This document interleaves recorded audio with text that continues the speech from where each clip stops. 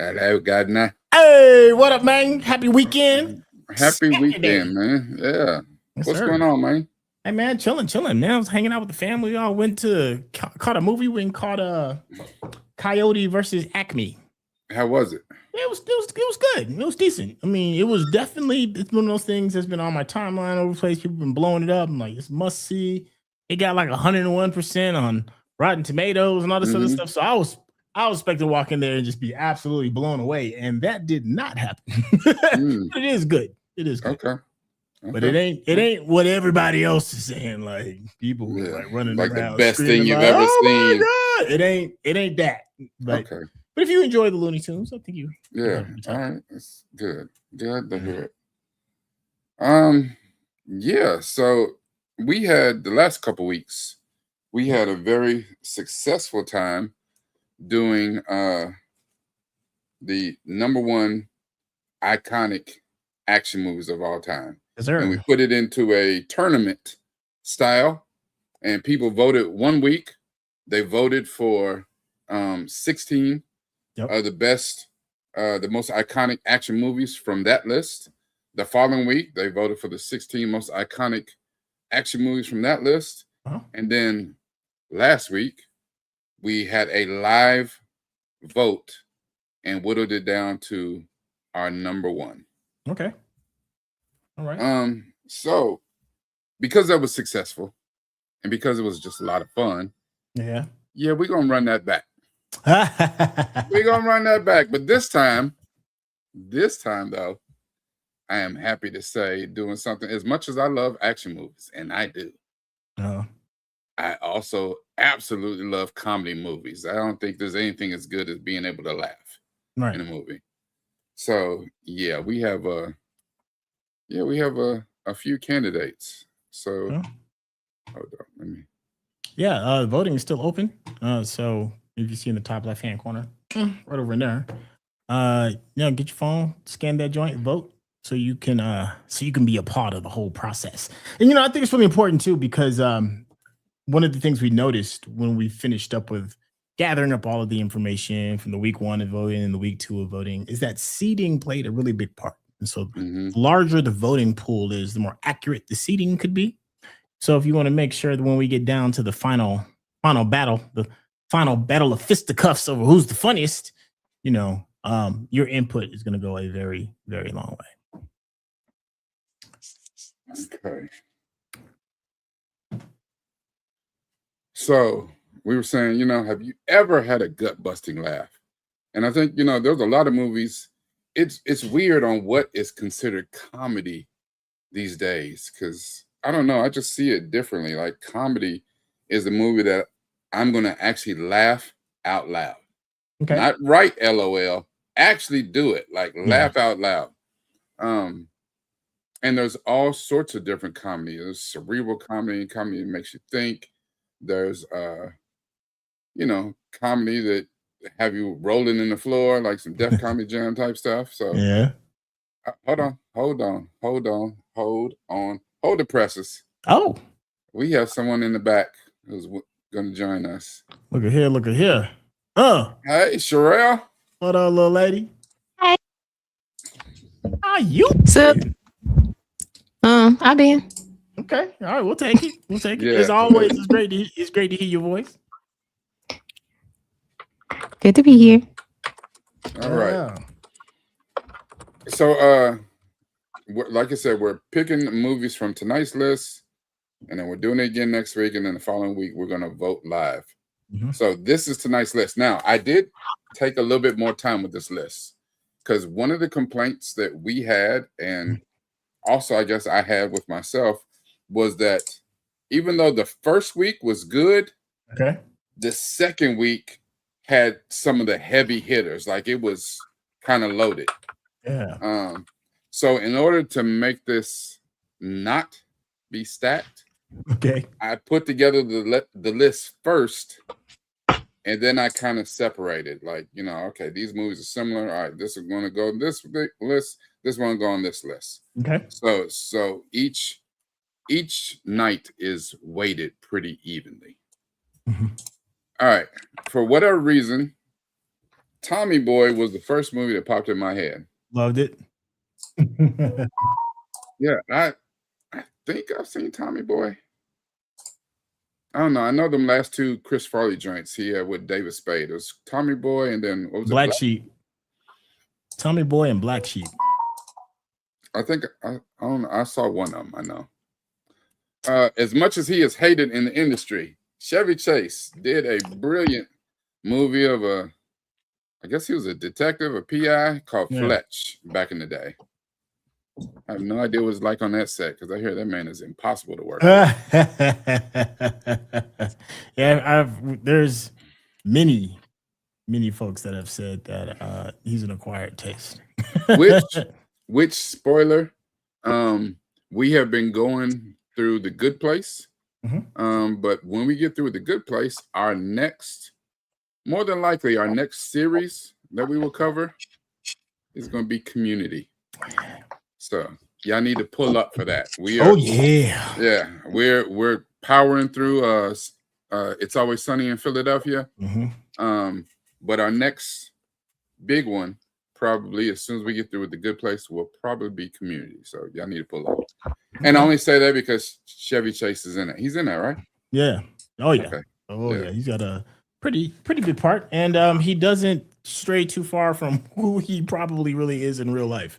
So I'll leave it at that without it being too much of a spoiler. An arse hole. Okay. He plays the part very well. It doesn't seem like he's having to prep.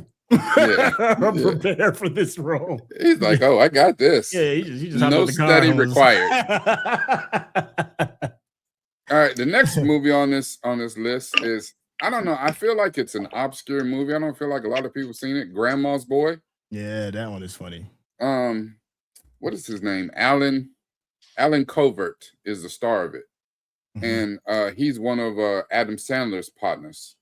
So this is a movie that's back produced by Adam Sandler's company, but this is one of his partners. Alan Covert's in like all of Adam Sandler's movies. He's usually got a small part in all his movies, but just enough to keep your SAG insurance, intact. Gotta. I get it, and also, it's the homie looking out for the homies. Oh man, I hate this, Mr. Off-Roader. No, this is not the list yet. No, you got to scroll down. Let me put the QR code back up again just for everybody. Sorry, it's covering your face for Kai, but we'll Can you put it in the bottom corner? It will not move. That's what I was over here trying to do. I was like, how can I move this joint? But StreamYard is like, nah. There we go. Boom, boom. Yeah, there we go. All right. So we have Grandma's Boy. We have Half Baked. Which I wish that I had not seen that so we could watch it on the channel. We're gonna find somebody who's not seen that, watch it on the channel, because that is a Dave Chappelle movie. It is also in the category of stoner movie. We hit all those stoner movies a while back. But the two big ones that we missed that we really wanted to hit was Half Baked and How High. Yeah. Oh yeah. So out of what you've listed so far, you said one of the things that's key to making what you believe to be a funny movie is like real guttural type laughs, like throw your head back, my chest is hurting type laughing. And out of what we've listed so far, this is the first one to really make me have like that full blown effect, tears in my eyes. Like Half Baked was absolute 10 out of 10 when it comes to comedy for me, and it definitely made my list. Same for me, but actually the one before, Grandma's Boy, I had some really good out laughs. Not the same as Half Baked, but I had some really good laughs in Grandma's Boy. The Other Guys. The Other Guys, this is another one that I had deep laughs, like outside laughs, like, my sides hurting laughs. Will Ferrell and Mark Wahlberg, I don't know if they've ever been better. Like this movie, and it's full of so many quotables. Most of Will Ferrell's movies are. He says some wild, outlandish stuff. It was Dirty Mike and the Boys. Dirty Mike, and we will be having sex in your car again. Yes. It's a Prius. It's a beautiful machine. All right. Well, everybody, just aim for the bushes. Now, I admit, I've never seen this. Bridget Jones' Diary. It's just one of those movies that nothing about that, especially, what's that heifer's name? Is it Renee Zellweger? Yes, that's it. Oh, yes. I don't want to see her. She always looks like somebody sprayed lemon juice in her face, and her face is always like puckered up. No, absolutely not. So I've never seen that. I don't know if it's funny or not, but I know I've seen it, and I do remember laughing. I just don't remember a whole lot of quotables, but I'm sure there's some diehards out there. I mean, shoot, they've made what? They're making like 3 of them. I think they're working on the third one. I think they're going to drop another one. Yeah. So she's got a few of them. How many damn diaries she done written? Shit, good Lord. Like, I'm not getting off this horse. Let me tell you that. Yeah. I'm gonna ride this pony to the promised land. And honestly, I don't blame her. You know what I'm saying? Because work is hard to come by. So if you ain't worked for real, especially in a starring vehicle. Last thing I remember seeing her in was she guest starred in Me, Myself, and Irene. Yeah. That's the only movie that I halfway liked her because Jim Carrey good Lord, that man is. Oh, apparently, according to the chat, they said it is a trilogy. The first 2 Diary movies were funny. Okay, I'll take your word for it. Yeah. All right, hold on. We got another one. Hey, what's going on, Frank? What up, man? Lost track of time, so I'm sorry, but late. That's all right, man. You right on time. We may not be the audience for Bridget Jones' Diary. I don't know, man. Me and Rick have left at some unorthodox films. And that is true. Funny is funny. Funny is just funny. So if it's that funny, we'll check it out. And we understand there's some stuff that's not necessarily, we're not the target demographic. Yeah. I get it. Yeah. I get it. I agree with that. Like when they was writing that, they was definitely not, they did not have me and you in mind. No. I know that for a fact. They're like, oh, those young black guys, they will love this line. No. It's okay. I mean, it's just like, but I don't know. A lot of things that other people don't find funny, I can find the funny in it. So yeah, they'd have to retool it. They have to name it like, I don't know, Bridget Jones Instagram or something. A modern take. Okay. I'm sure. Like, do people even do diaries anymore? Like, no, man. It's all they do vlogs. Social media. Yeah, exactly. Yeah. It's all social media. Yeah. Nobody wants to write in secret anymore. I have to write for my people. Now they're writing lies online. So yeah, now they can't tell secret lies. They view secret lies. I miss the days when you could just get away with stuff because then nobody know. You know what I'm saying? That's how I got through college. Did nobody know what happened? No one knows. That's the way it's supposed to be. Nobody. And I love that. And I know the people who know where the bodies are buried. Yes, and I'll remind you. People try to remind me, and I'll be like, "You got proof? I don't know what you." These people these days, they put their whole life online, and they're like, they didn't kill 17 people and live streamed it, and then they confused why the police is at their door. It's like. I've been watching all these things, but they be like, they'll show all the stuff that the husband got caught, and he'd be like, "I don't know why she divorced me." Sir, there's video. Why? Ooh, yeah. We saw you coming out the hotel like old school cheaters. Yeah. Oh, that show was the joint. All these kids that live streaming their crimes, they are killing the whole industry. They're killing the whole airbrush industry. All them airbrush T-shirts and stuff, and and free little nuck. No. Not little nuck. No, ain't no free little nuck. We saw you do it. We can't go to court like he's innocent. No, the hell he ain't. Nah. We saw him. Watched him. He said, "Look, this is what I'm doing. Watch me do it." And y'all were like, "But he didn't." And I don't care if I live at 123 Wilson Street. You ain't gonna find me. The idiot. All right. Yeah. Speaking of idiots, this next movie, Pretty Woman. I don't even know what to say about Pretty Woman because Pretty Woman, I remember. I don't know about now, but I know back in the day, that was so many women's favorite movie of all time. And I was like, Absolutely. Oh, I absolutely love that movie. So back your then. dream is to go from being a 304 to being basically I mean, she was paid by a billionaire dude. I want to be saved. Hey, that's my dream too. I wish I got picked up on the street and paid lots of money. Listen, it ain't even got to be a sugar mama. Shit, she can have salt, cinnamon. I don't give a damn. That's a stripper name. It is a beloved movie. Here's my question: could you make that movie today? No, you'd have to absolutely reinvent it, like in many aspects. No, yes, you could. Yes, you could, but Pretty Woman, all you're doing is saving the OnlyFans, girl.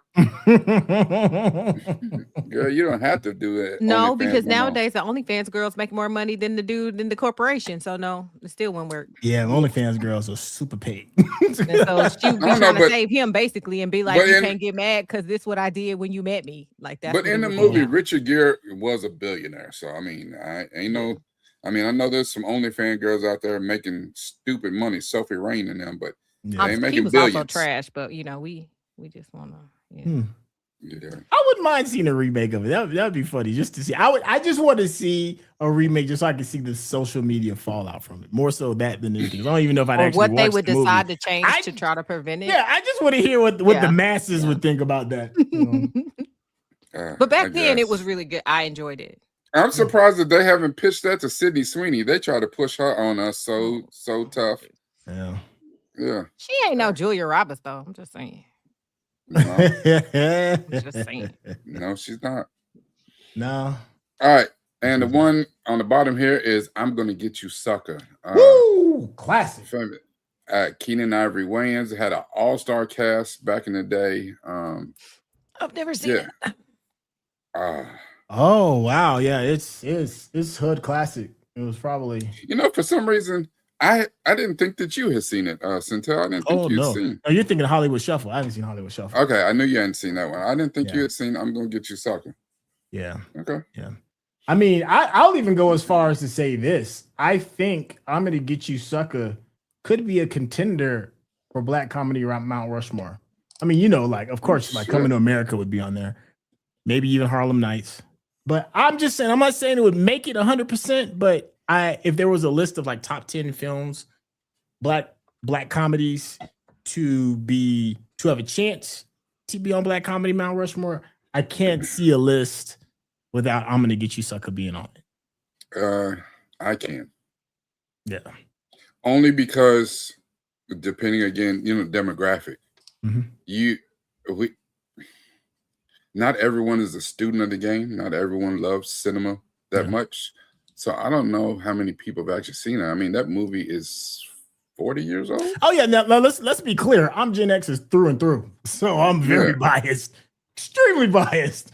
But I'm Gonna Get You Sucker was probably one of the very first wildly quoted movies in the neighborhood. I mean, like I said, it's hard to beat. It's hard to beat Coming to America, but I mean that joint was everywhere. Everywhere. And it had all these breakout stars like Chris Rock. Probably one of his bigger breakout roles was him asking for one rib. It was a small little bit part, but like cemented him into it. And the cool thing was that they include a lot of these young comedians, young comedians on the rise, and mix them with some blaxploitation stars like Fred the Hammer Williamson, Isaac Hayes, and stuff like that. A lot of those people were in the movie, and that kind of helped it cement as being a hood classic, like you're saying. And it still holds up. I saw it not too long ago. I saw it like during COVID, and I was still laughing hard at that movie. It's still funny. Funny is funny. Listen, one of the greatest parts in that movie, and it still holds up to this day, is when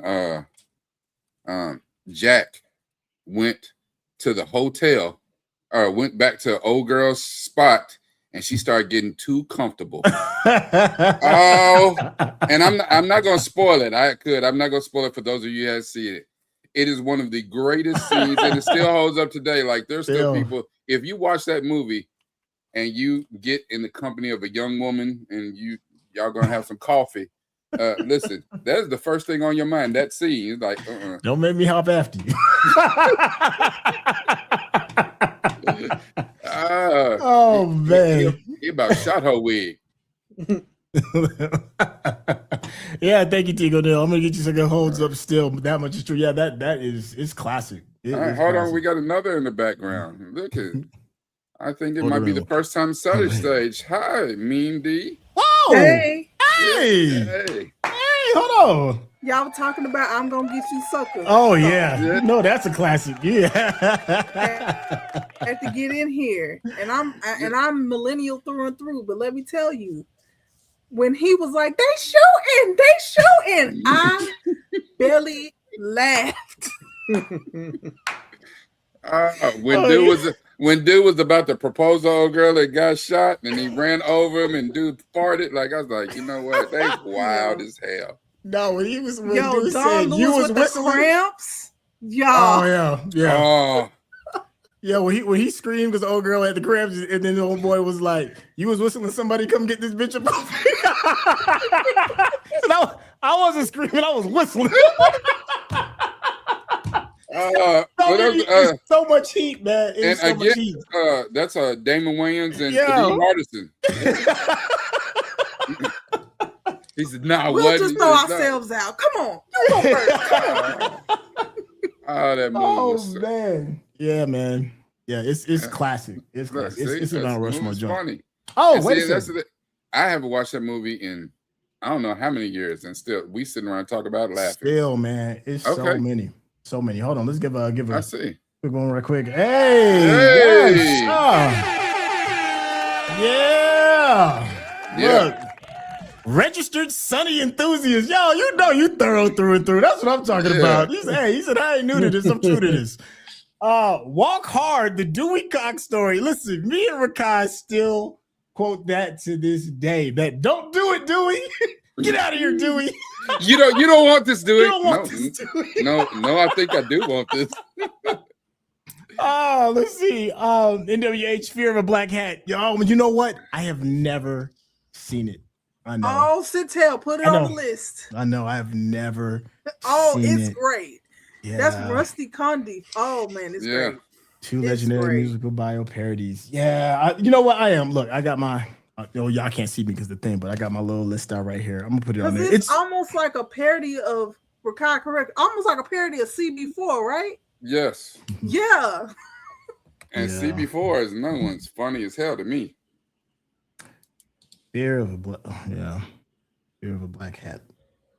All right, it's on the list. It is on the list. Thank you. Look, not only thank you for the kind donation, but also thank you for giving us another idea that we can knock down as a reaction. Appreciate that. Yeah, because that's the thing too. When I put these lists together, I think at least Walk Hard and CB4 on the list. Yeah. I'm pretty sure Fear of a Black Hat is not. So that will be on next week's list. So hold on. Oh no, everything's getting covered up. Sorry. Okay, there we go. Thank you again for the generous super chat, and keep on watching Sunny with us. You know, we still got a long way to go. We still got at least 4 more seasons, so we ain't going nowhere no time soon. Rakai. Oh, there we go. All right. So next one on this, Clerks. I have to admit, I love Kevin Smith movies. I don't know. It's just I love them too. It's the nerd in me, I guess. You know what I'm saying? Yeah.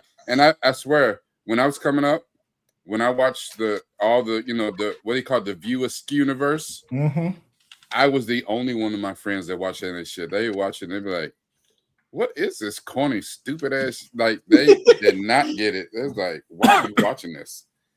And I was like, man, this is great. You know, from Mallrats to Chasing Amy, which I thought was phenomenal. Dogma, I think is phenomenal. Yeah. Jay and Silent Bob Strike Back, you know, and not even mention Clerks 2. Yeah. Listen, you started talking about a donkey show, and listen. Yeah, Clerks.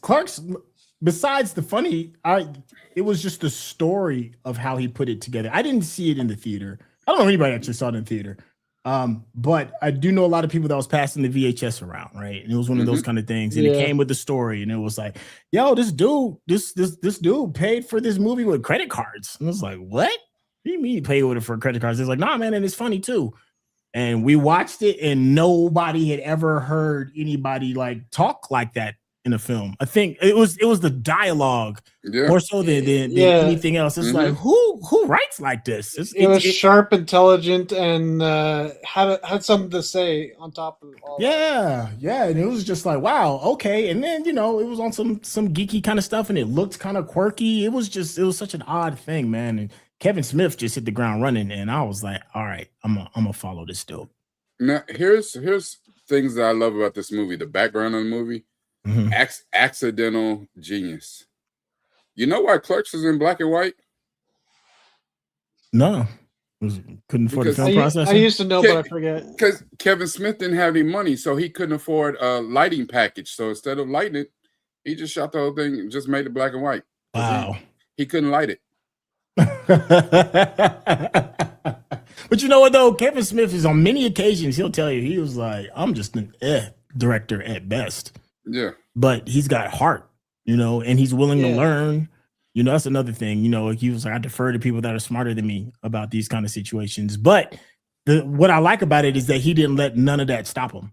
None of it.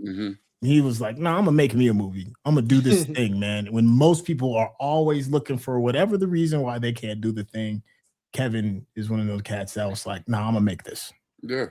I love it. Yeah. You know, he's had some misfires.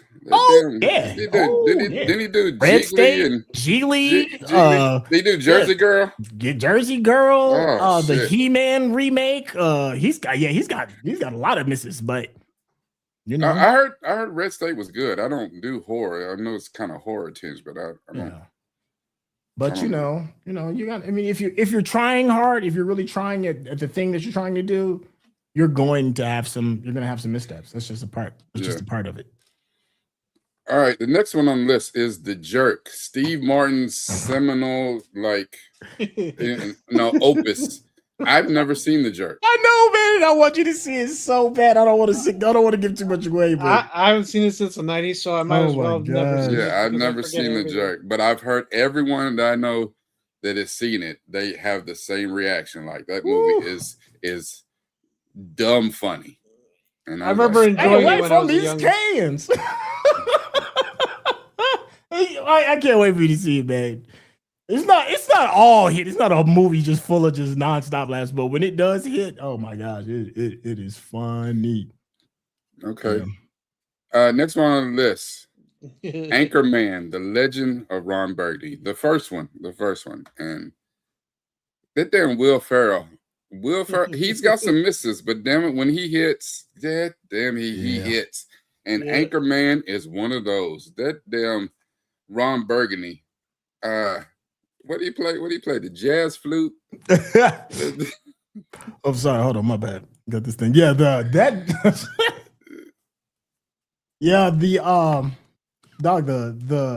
fight, man, the anchor fight. Yes, the Anchorman fight in Central Park is one of the most iconic scenes. Like, and to me, what I thought was funny, and y'all gonna burn me for it, I don't care. But when he punted that dog off the bridge, I was just about to say that. I was rolling, boy. That joint was funny as hell to me. When it was Jack Black on a motorcycle. He damn near drop kicked that dog and flew off the bridge. I said, what did we? Oh my God. Oh man. Yo. Baxter, that's what his name was. Baxter. He punted Baxter off the bridge. That escalated quickly. Listen, hold on. Another scene that makes I cackle. When that dude he said, "Oh, is that your new cologne? What is that? Sex Panther?" He said, "That's right." He said, "It 60% of the time, it works every time." And then when he went out there and tried to be sexy, tried to push up on a girl, and they kept talking about what that smelled like. It smells like burning hair in a dirty baby diaper. And I was like, oh my God. And then you see him getting hosed off at the end by the fire department. That movie's funny as hell to me. It's gonna be a lot of Will Ferrell somewhere. Yeah. Next movie, Idiocracy. I remember when I saw this, I was like, wow, Idiocracy. I was like, this could be, like, how the Simpsons always have those scenes that predict the future? I was like, and it's funny because when I first saw it, I thought that. Today, I was like, we're in that. We are in Idiocracy. Yeah. If there's any comedy that has aged better than it first came out, it is that movie. And you know what's even crazier about that movie? Because they were trying to portray it as something in the future, right? So the costume designer went by a flea market and saw somebody selling these little shoes on the table. He's like, those are the ugliest damn shoes I've ever seen. He said that'll be perfect for the future. And he bought like all the dude had at his table to outfit the crew on the set. You want to know what shoes those were? Idiocracy is responsible for Crocs. They were Crocs. Oh no. Yes. Go back and watch Idiocracy. That is the first time Crocs are anywhere. And he only got them because he's like, this is the ugliest, most ridiculous shit I've ever seen. Nobody would wear. Yeah. I still think that. Yes, I do too. I've never owned a pair and will never own a pair. And that's the only reason he got them. But the funny thing about that is because he did that, he bought out the whole stock for the Idiocracy movie. That was enough capital that yeah, that pushed Crocs to where they are today. Yeah. Dang. Go figure. I think the crazy part is the whole talking in symbols and then emojis. And now kids can't really communicate. Yeah. I'm like, and you know what piece of media in that movie reflects today's TikTok is "Ow my balls." Yeah. No. What's that they kept saying? They couldn't figure out about putting water on the crops. They're like, you mean like from the toilet? He's like, but we use Brondo. He's like, what was it? It's got what plants electrolytes. It's got electrolytes. They water in their crops with Gatorade. Yeah. I was like, that's a whole different type of stupid. That was a slogan that should never work, and people just believed it because that's where we're going. Yeah. I say art reflects life. And vice versa. All right. Next one on here, Bamboozled. I've never seen it. That's a Spike joint, right? You consider that a comedy? It's satire. I know it's satire. That's why I was asking the question, because I'm like, it's pure satire to me. I didn't find anything about Bamboozled funny though. Yeah, and I am with you. I vaguely remember Bamboozled. I think I've seen it. And I knew it was all satirical, and some people it's and that's why I was saying at the very beginning, there are different genres of comedy, and that's satire and dark comedies are maybe not laugh out loud comedies, but to some people they are super valid. Yeah, I remember Paul Mooney.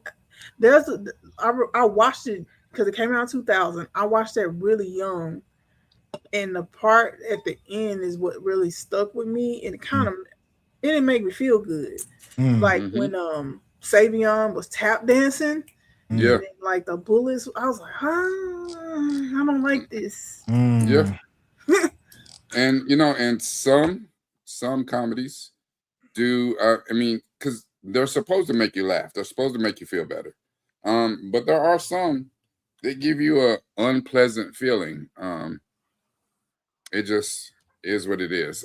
Like I said, as I was trying to make sure I had a competent list, this was on the list, so I was like, okay, well, it's not really comedy to me, but okay. I mean, you're asking Spike Lee to do comedy, so he's like, the best I got is satire. Spike, man. I mean, Jungle Fever had comedy. Do the Right Thing had comedy in it. Elements. The comedy that when I think of comedy, I completely understand what you're saying, Rakai. Just like Eternal Sunshine of the Spotless Mind, The Truman Show. Like Oh, those are, yeah. you know, those are comedies. But like when I think comedy, I think funny. Mm-hmm. Yeah, Even I'm though with I know you, but comedy is much broader than that. I do acknowledge too that what most Black folks think is comedy and what most other people think is comedy is two different things. You know, This is like true. us, comedy there is is a Def difference in Jam. the palette. It's Def Jam and stuff that's along that line. That's true, pure comedy. There's You a know, lot so- of comedy I don't laugh at, but I recognize the funny. It's just Yeah, I'm like exactly. I'm just it's not for me. hmm It's just like, and I was telling Centel, like, I had looked at some lists that said these are the top 100 comedies of all time. And I hate that I do this, but I do. I go through a list and I'm like, how many of these are actually Black comedies? And there's 100, and there's like 3. You know, they put like Coming to America is always in there, but you know, I mean, it's IMDb. yeah, so because I'm sure it's one of those, Rolling Stone or Variety magazine, or the some shit complex like that. list when they do music and stuff like that. It's like you got to see where the source is, and it's like, oh, okay, that's. But why, you know what I'm saying. But that's in why I recognizing that too, though, you know, they put movies at the top of the list. I was like, what the hell? Like, I'm not saying it was number 1, but there's something about Mary was like super high up there, and I was like, I mean, the movie was funny, but and not like At the that. time of release, it's funny though. I I don't know if it's like top 5, top 10 greatest funny movies. I don't know about that, but that joint is funny. At the time of release, it was one of the funniest movies in a while. I mean, and But, I can yeah. see that, but you know, just These days, it's okay. like, and I'm not saying it doesn't belong on a list. You know, even if you make it top, but like it was like near the top where somebody saying this is the funniest movie ever. And I was like, shit. Here's an interesting question. Thomas said I would consider Friday a crossover. Thoughts? Crossover What do you mean? What? I'm assuming culture crossover. Because think about it like this. Up in Smoke is a unilateral love for Up in Smoke. I don't care where you from. Stoner movie, but that is a Latino. That's a Mexican, heritage movie. Yeah, I get what you're saying. And but so does Friday kind of have that same feel? Yeah, it doesn't matter. It doesn't matter where you from. Friday's just funny. Yeah. Okay. Thank you, Thomas. Friday was funny to me. Okay. How you feeling about that, Sherelle? No? Yeah. Okay. Well, we consider a hood I guess classic. we could go there with. I'm not saying it's not a classic. I just mean like the whole crossover thing. I'm like, unless you had brown friends or live somewhere near somebody's hood. Not so much. Not so much. But like I said, I see like people think it's hilarious. Yeah. Completely funny. I just don't. I grew up with a lot of people who were white. And most of those people would not have understood. Put it like that. Okay. Yeah. but doesn't mean it's still not funny. I loved it. Thought it was hilarious. But I grew up around a lot of people who didn't get it or wouldn't get it. But there's levels to this. So, because speaking of this next movie, The Big Lebowski. I thought it was fantastic. I thought it was too. Hey, that damn, I'll tell you who doesn't miss. That damn John Turturro is Jesus. That's right. The Jesus man. I'd stick that gun and stick it in their ass until the trigger goes click. That he got bars in that joint, man. Yes, he does. Yes, he does. Oh man. Yes. Oh. And it was that movie. Go ahead. It was that movie too, and I was like, "Why does dude always drink a White Russian? What is that shit about?" Like, I was like, he put milk in his liquor. That just. Yeah. Another one that I know a huge swath of ladies found very funny. I thought it was funny. It's a cute movie. Legally Blonde. Yeah. I laughed. I saw it. I can't lie. Yeah. I watched it and I laughed. Yep. Yeah. Well, I mean, she's just funny though. Yeah. Reese Witherspoon. Yeah, she just holds a special. She's up there with a. She's up there for me growing up with Drew, Alicia. Yeah, like Reese Witherspoon, when she came out, the string of movies that she had, the string of hits, like she did a lot of movies that I don't know if it worked box office wise or whatever, but she did a lot of little cute movies that just hit the right chord with people. Yeah, she knew her audience very well. Yeah. Legally Blonde, I remember this she did like Clueless. Sweet Home Alabama. No, Sweet that Home was Alabama. Alicia. That was Alicia Silverstone for Oh, for Clueless. Okay. I got my blondes confused. I'm sorry. Yeah. But either way, Clueless was still hilarious. The first movie I saw her in was Fear with Mark Wahlberg. Oh, I heard about that. And Alyssa Milano. It was a good movie. Like when you talk about like young adult thriller, it was that movie. So well, and that's a good thing about Reese Witherspoon. She's moved up in the world to the point where she's executive producing, so she's EPing and I think producing. She's doing the morning show now, I think. But she's got a new TV show called Elle that's based on Legally Blonde. Yeah. And she found a a young actress who looks like a young Elle would in Legally Blonde. So she's producing and EPing it. Okay. All right. A Fish Called Wanda. A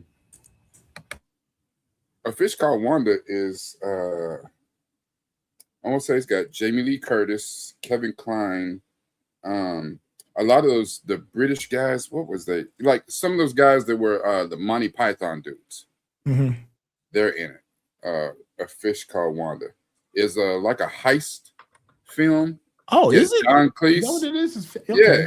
It's like a heist. It's like a heist John film. Cleese and Jamie Lee Curtis. Yes, and Kevin Kline. It is a funny movie, but it's a different type of movie because it's just like the backstabbing and the twists because everybody double crosses everybody in that damn movie. That shit is funny as hell. Okay. Please don't bring that up, Vincent. Don't. Never forget Alicia Silverstone's role as Barbara in Batman and Robin. Oh, I have vomited twice already. Another movie on this list that is often said to be one of the funniest movies of all time. Yeah. Airplane. Yeah. I think if you were to do a Mount Rushmore of comedy movies, I think Airplane would be on it. Yeah. I've never seen the full movie, but I've seen a lot of clips of other people watching it. And I was like, this was a real movie? Like, yes. As long as we're not talking about the reboot or remake. No. We're talking about the original. And we're talking the 1980 version? Yeah, 1980. Oh, yeah. And here's the thing about Airplane, too. Airplane was bold. Like, it did a lot of stuff in that damn film that you're like, damn, how'd they get away with that? For the time. Or some of the lines that the kids had. It was like, your mama let you say this in a movie? Oh yeah, that legendary clip when old girl could speak jive. That is just the freaking balls on there to tell that joke was hilarious. And when old girl was losing her mind, and they had the whole long ass line of the whoop ass. Yeah, like that. Is it one of the first of its kind for like extremely absurd comedy? No, I want to say Police Squad was. I think Police Squad was. Well, you know what? I think as a movie, you might be right, but I think Police Squad came out before then as a TV show that was kind of like absurd. Oh, actually, it says Police Squad came out in 82, so Airplane came out before. So Airplane came out before. Okay, all right. Okay, yeah. So that's funny. But it was the clips that I saw. I was like, somebody they let this be on. Like what? And a lot of those jokes still hold up to this day. Still. Yeah, Kareem Abdul-Jabbar's 9 foot tall ass is one of the pilots. That little boy was giving him the business too. He sure was. My daddy says you're lazy, whatever it was. He said, you tried dragging Lanier up and down the court for 48 minutes. It's almost like the way Kareem got mad at that shit. I was like, he got mad for real. Like, he got mad for real.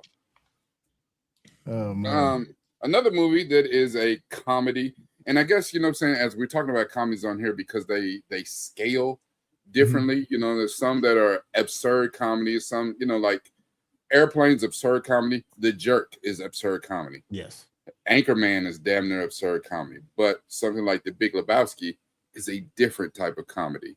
Here's another one. Big. One of the huge breakouts for Tom Hanks. I don't know. I think that was his breakout role. I would go as far as that probably was his. I would agree with his that. comedy breakout role.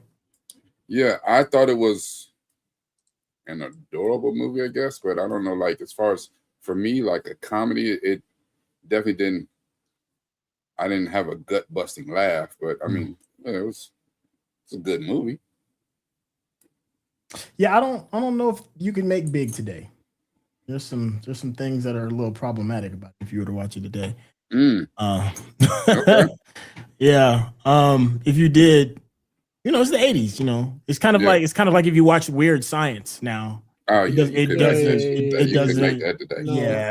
Yeah. It's but for what it was at the time that it came out, yeah, you know, much respect. All right. House Party, another hood classic.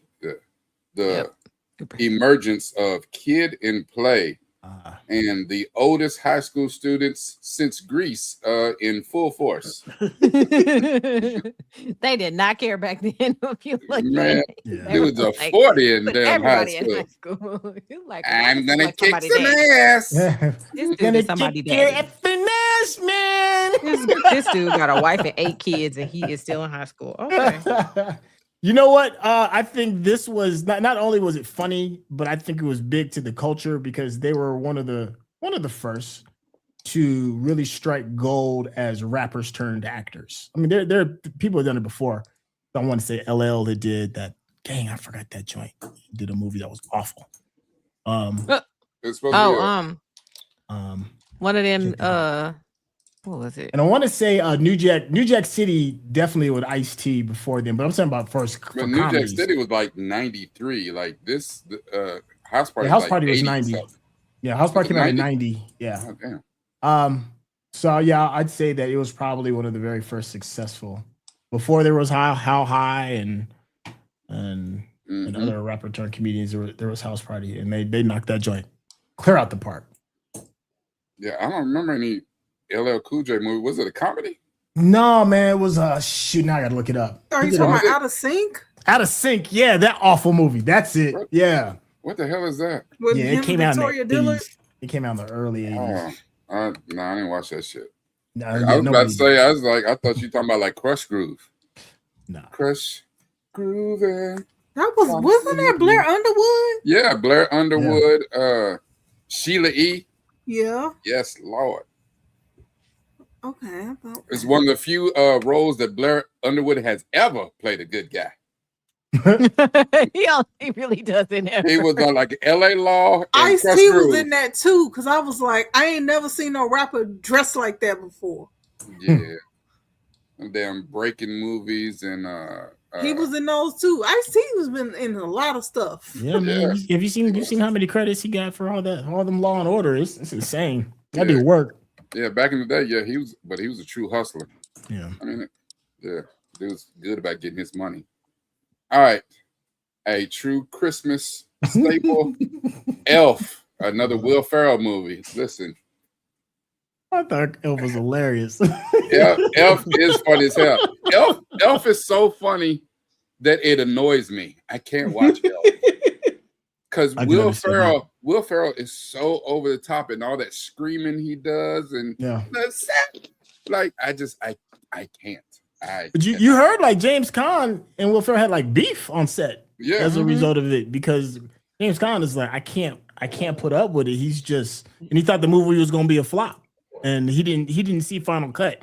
James Caan didn't see it until he saw it in the theater, and he had no idea that the way they cut it and everything, that it all made sense. And he apologized to Will Ferrell. Yeah, he did, because he's like, what in the hell is going on? Why is this dude here? Like this is terrible. It's gonna be terrible. And then when he saw it, he's like, I get it now. Yeah. All right. movie from Will Ferrell to Adam Sandler in The Waterboy. I think I've seen The Waterboy 11 times. I've watched that. Yeah, same here. And here's the thing. My youngest son is 10, and all my boys are diehard football players. So somehow we were going through channels, and my son's like, "Daddy, what's that?" And I was like, "Oh, it's The Waterboy. It's a, movie." He says, "Is it about football?" I was like, Technically, yeah. So I put it on. We watched The Waterboy. I want to say he was probably 9, about a year and a half ago. So did he laugh? He laughed so damn much. I've never seen him laugh like that, and now he's probably seen it 11 times. I'd be like, "What you doing? Watching The Waterboy?" So that is his movie. That movie is funny as hell to me, though. Yeah, it's funny. It's so great. Yeah, my mama said. My mama said, "Medulla oblongata." Yeah, that part was it. No, Colonel Sanders, you're wrong. Damn, he tore his ass up in class. That dude had PTSD for the rest of the movie. All right, a movie that really needs no introduction. Eddie Murphy and Coming to America. Goated. Yeah, goated. Goated. Now, the thing about Coming to America, though, and when we were talking about there's levels to this, and like, do you take a serious, like a comedy movie written by a comedian and probably a writer's room full of comedians as something that's like absurd comedy, like The Waterboy?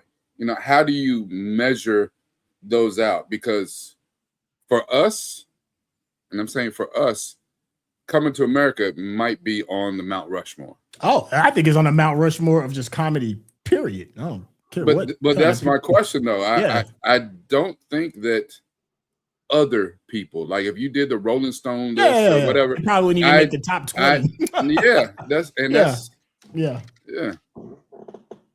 That's just, but that's culture. But Coming to America is so iconic. It had people dressing up to go see Black Panther because that was the only time we saw like like people were dressed like King Jaffa, like and Akeem, like because the theater that we had taken over and they did that, a lot of people in there were dressed like they was going to Zamunda because they hadn't seen the movie yet, so they didn't know what it was like to dress like you was from Wakanda or whatever. So they're like, shit, Wakanda, Zamunda, it don't even matter, whatever. Did you know that Coming to America was done by John Landis? Was directed by John Landis? Yeah. Mm-hmm. Yeah. I mean, and then I love that Eddie and his team was smart enough to be like, who's probably one of the best comedy directors at the time? And they went and plucked the best, and they made that joint work. I can't. And can you imagine just being in the room and then watching them? Like John Landis gives like a cool little direction, and you've just got the best comedians on the planet, and then they're like, "Nah, let's go about it this way," taking those notes to make it even funnier. It's like the perfect storm. Yeah, but I mean, you're talking about during that run of the 80s, Eddie Murphy had teamed up with John Landis, and damn near all the movies he made was with John Landis. Yeah. I'm trying to think of what movie did they fall out. Because there was one where they stopped working together, like they fell out badly. Oh, really? I didn't know that. Okay. Yeah, because you know what I'm saying, like, and I think Eddie Murphy, when he's young, he probably will take notes, right? But as his star grew, I ain't taking no damn notes. You know who I am? I am him. And it was this one. They fell out bad on the film of Coming to America. Wow. Like to the point where I think John Landis quit. And somebody, Arsenio, some other people had to get in the middle and smooth things over for them to come back together. Yet they said, screw this film. We're not working together. Wow. Because it's wild. I'm looking at right here, because right after that, Landis did what is that joint when Michael Jackson was the damn Egyptian? Remember the time? I remember the time. Mm-hmm. Yeah, and Eddie's in that. Eddie's in that. And he did Beverly Hills Cop 3. So like they mended their fences after that. But that's interesting. Okay. Yeah. Huh. Yeah, they fell out real bad where they halted production and everything. It was bad. Oh, Arsenio Hall had to talk to Eddie about coming back. Dang. It probably was creative differences. Yeah, well, Eddie had a certain vision for this movie. And and John Landis, his vision was whatever, and he wanted to do things the way he wanted to do, and Eddie wasn't going to be in it. Yeah. Well, then I take what I said back. It wasn't magic on the set. Well, I mean, but they had done Trading Places, so they had done several movies together where they knew each other real well, and John Landis was actually picked. Like Eddie Murphy's like, no, that's my director. And that's like anything, you know what I'm saying? When you get to people, you get close with people like family, it works until it doesn't, And Eddie Murphy, his star kept growing, and he was a huge star by this point. And he just, shit, I'm going to do things the way I want to do. I'm going to give a damn if you're the director. After who watching you think Coming is to the America bigger for the name? first time, I told my mama I didn't want a Jerry curl anymore because I didn't want to get. You didn't want the soul glow? Yeah, no, I didn't want to. I was like, nope, never. But everybody got up off that couch and had let your soul glow. Hey, the guy that sings Soul Glow? That's a white dude? Yeah. Yeah. I saw his tiny desk. I was so afraid. Yeah. That makes me so bad. I was like, wait, what? Yeah. You showed that clip? I said, hold on a second. That is a white dude, man. I was like, get out of here. Yeah, I saw his tiny desk performance. I was like, okay. All right. You know what though? We're finding out a lot of people that used to sing songs back in the day. You're like, wait, who is that? And you'd be like, wait, that was a white dude? Yeah. Okay. I don't know. The best one is and What You Won't Do for Love. I found out that dude was white. I said, what? All right, next movie is Mrs. Doubtfire. I think Robin Williams is probably one of the greatest comedians ever. Yep. And Robin Williams was very similar to Richard Pryor to me.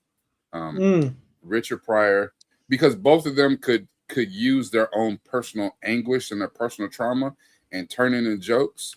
And they could be on stage and say the funniest shit. You'd be like, oh, they're in good mood. And then they'll go back to the dressing room and be depressed or damn near suicidal. You're like, what?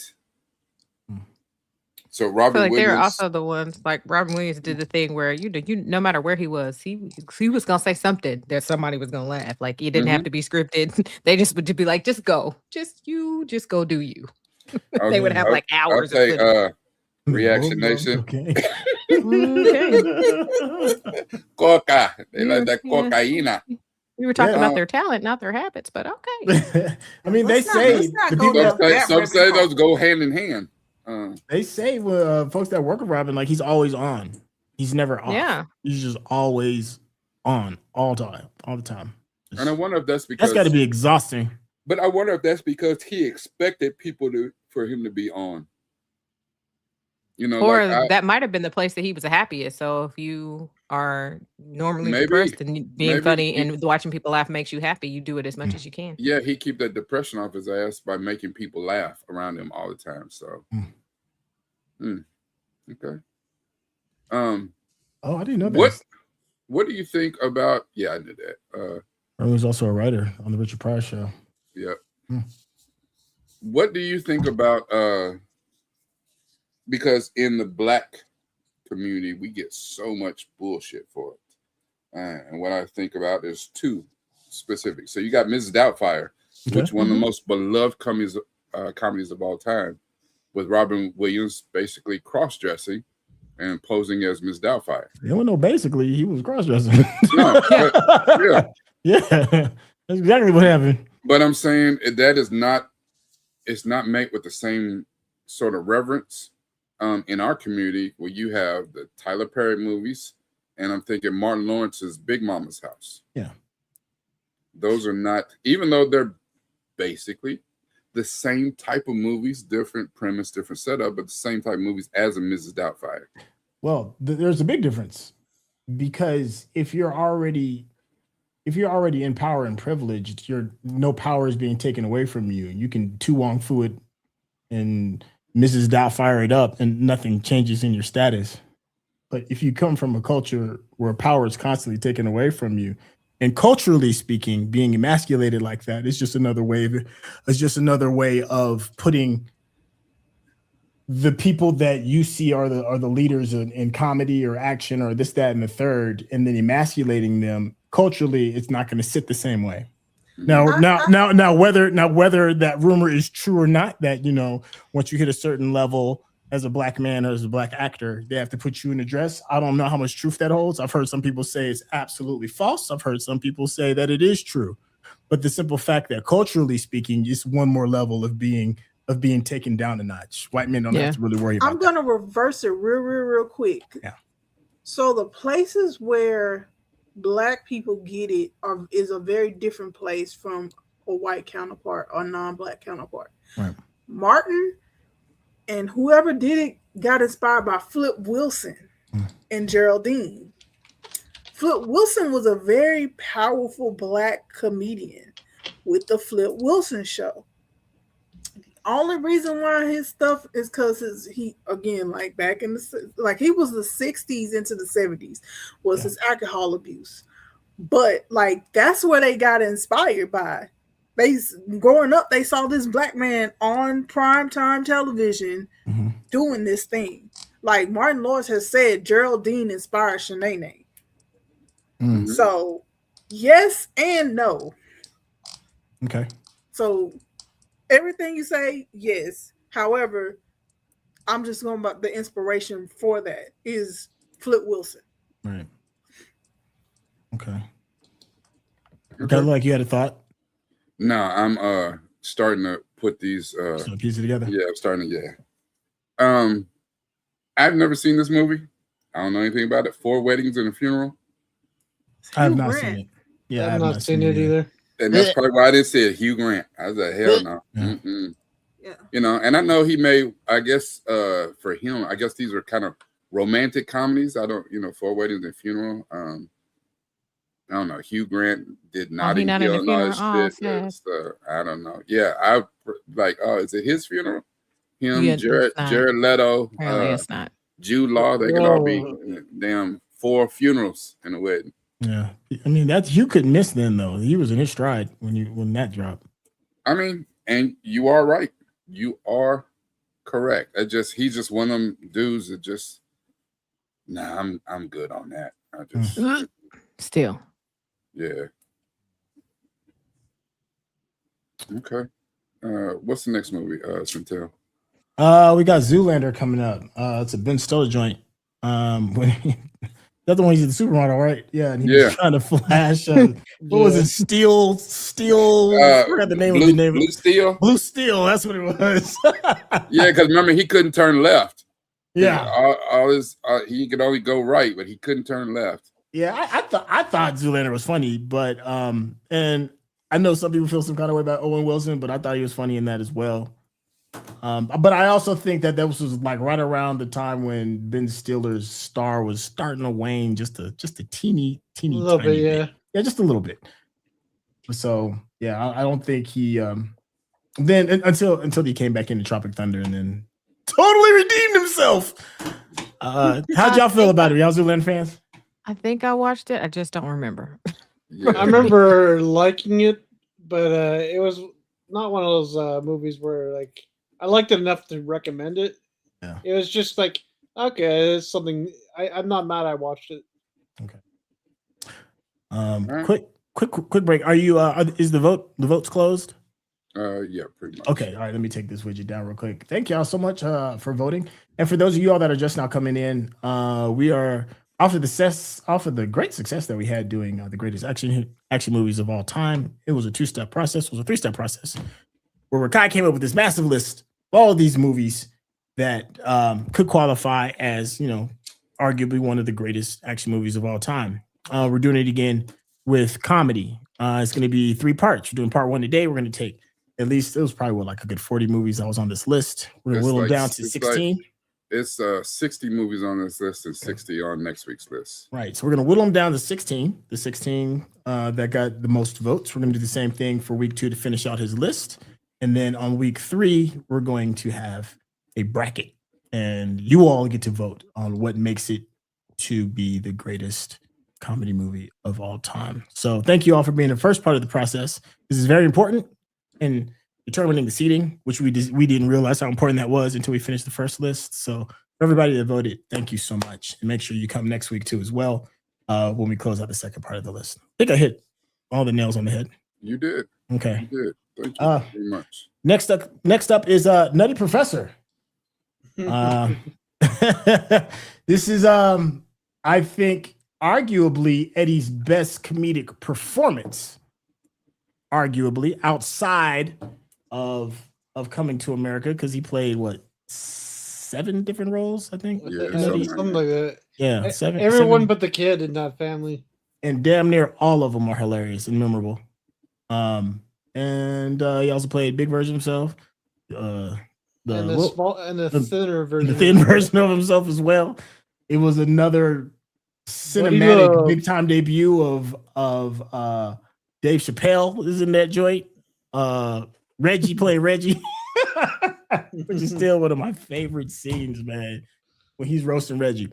How'd y'all feel? Nutty Professor, where does that rate for you all regarding that was one of my favorites when I watched it as a child. All right. Sherelle, were you a Nutty fan? Nutty Professor? Yes. Okay. I was. I can't tell you most of it right now, but I was in. Beam D, how'd you feel? And let me also ask y'all a question too. What stood out most? Which performance in that movie stood out most? When he was Buddy? What's his name? Buddy Love. Buddy Love. Sherman. Yeah, Buddy Love, Sherman, or Sherman's family. Which I like the grandma. Yeah, the grandma was the best one. Yeah, lie. Yeah. The grandma. Yeah. Well, you walk over. Let me tell you something. Took them teeth out. You're gonna limp back. You walk over. Come on, Cletus. Yes, like noise talking grandma at the table. Yes, ma'am.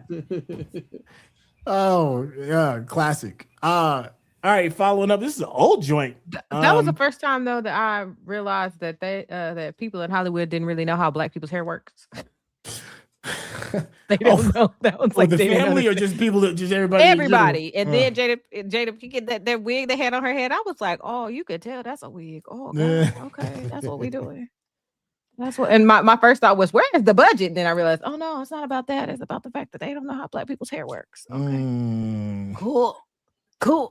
This was like probably one of the last ones he made before he went on his Disney run, right? Before Eddie Murphy went on his Disney run. Yeah. I know he made a sequel to Nutty Professor. Yeah. Meet the Clumps. All right. Followed by a lot of folks consider this a classic, especially when it comes to Tim Burton's Bag, and this is Ed Wood.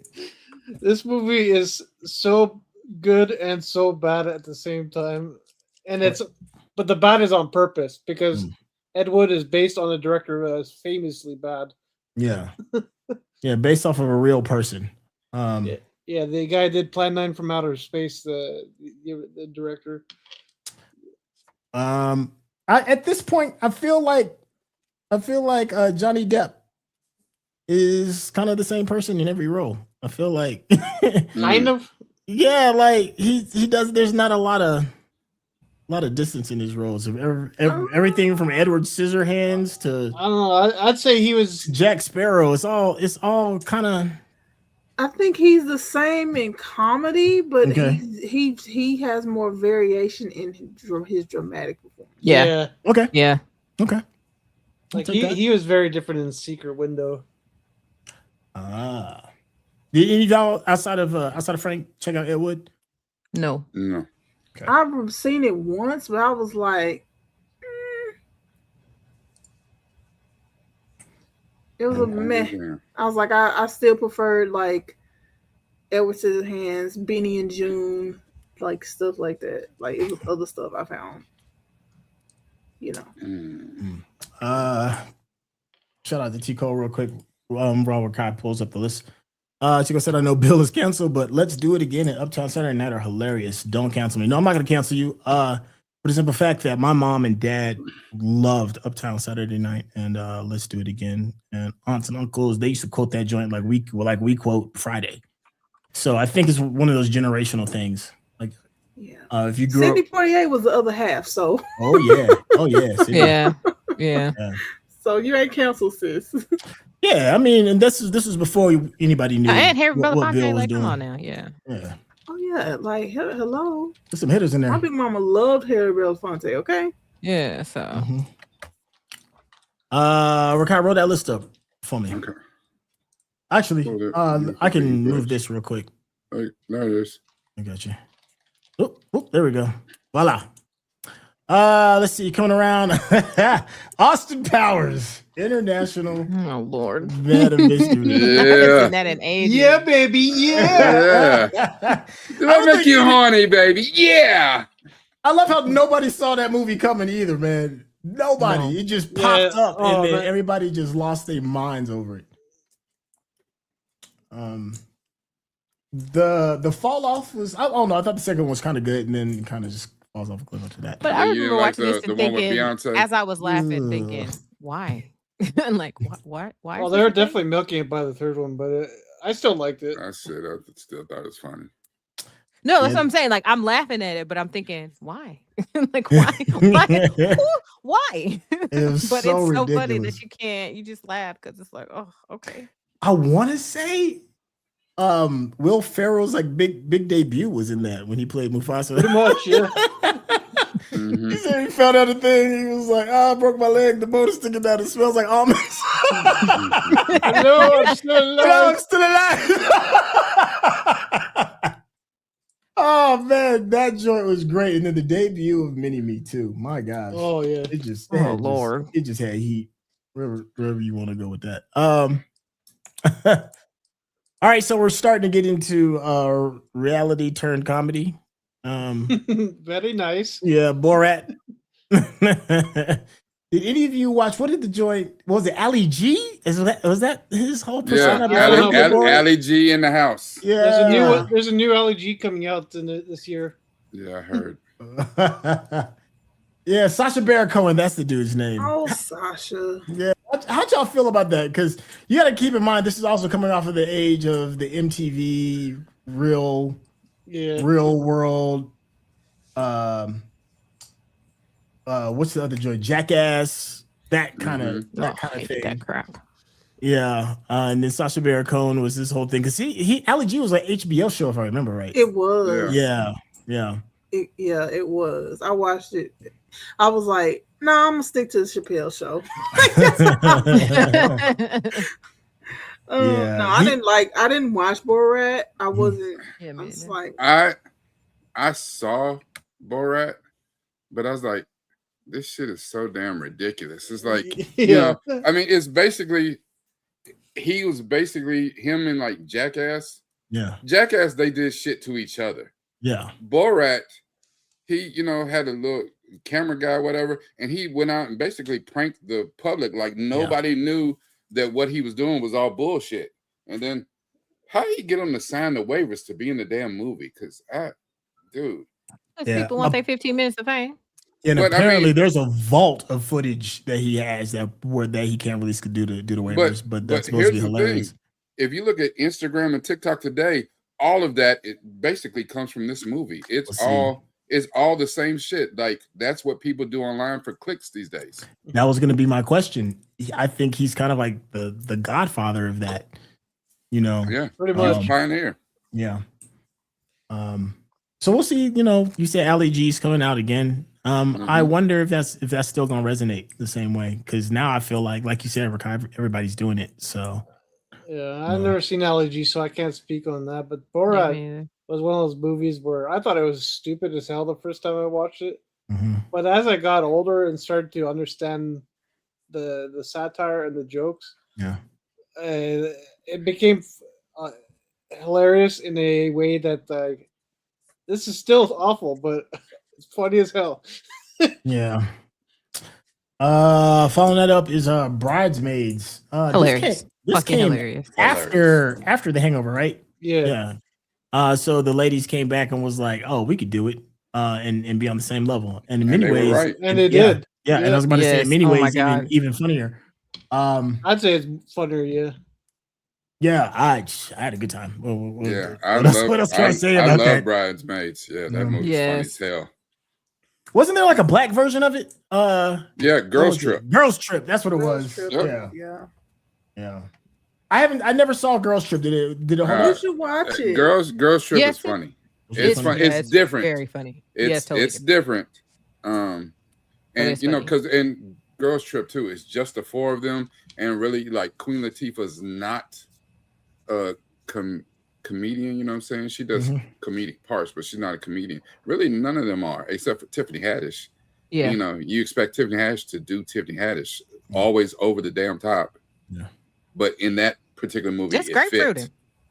Yeah. Just That's- grapefruiting. Yeah. That's where that came from. Yeah. Yeah. Okay. I was like, for real? What we doing? It's like, wait a minute. I was like, wouldn't that burn? Okay. Yeah, they was wild. It was wild. Oh, Yeah. room full of folks in the room full of women in the theater taking out their pens and taking notes. Yeah, they probably was. But Well- all I can think the whole time is that's citrus. Citrus burns. Well, I think they were until they saw what happened. hmm Okay. I still want to see the behind the scenes how they did that because he came out there with them two grapefruits. I was like, wow, absolutely not, sir. I know for those in the comment section asking about other movies that's on the list, keep in mind we have a whole other list that's going to be popping out next week. Next week. Yeah. So the ones that you were questioning could pop out on that list. So this is just the first half of it. Yeah, and honestly, majority of the movies that people are suggesting in the chat are on next week's list. Okay. But I'm writing them down as we go, just so I can make sure that they're on the list in case I forgot something. Okay. Next one is because you got it, brother. Go ahead. Yeah, Caddyshack. Again, Chevy Chase is in this one, and for some reason he's put on the cover. He's almost touted out as the star of this movie, but I really say the star of this movie is Rodney Dangerfield. Like He definitely is. Well, definitely more so than Chevy Chase. Rodney Dangerfield is the and If for you asked those me that who have was in not that movie, I experienced- would have only been able to tell you Rodney. for those who have not experienced the comedy of Rodney Dangerfield, he was something else. You know, in the 80s, he put out a series of movies. In the 80s, you guys might not find. Back to School is so it's so funny. Listen, and me and Chantel, because we both see it. You know what I'm saying? We talk about the triple Lindy. Like, it's one of those references. Like somebody you have to have seen it. Like it epitomized like cool, like an old cool granddad, a cool ass uncle that has some money. Yeah, I get no self-respect. Yeah, I mean, it was a lot of scene stealing in that film because even though Chevy Chase was even though he was on the cover, and he probably got top billing because he was hot at that time. Even Rodney Dangerfield felt like it was more about him, but Bill Murray stole the show every time. Yeah. Every single time he was on. Every time Bill the camera Murray was on him. Yeah. Yeah. So it was a nasty three-headed dragon of just funny. And that was the thing about Chevy Chase too, because every report I've seen is Chevy Chase was very jealous about that. Like if he was the top dude, but everyone else was stealing scenes and stole his shine away from him, that he was petty and vindictive about it and shit. So I believe it. Ain't nobody outshining Bill Murray, not when he's in his bag.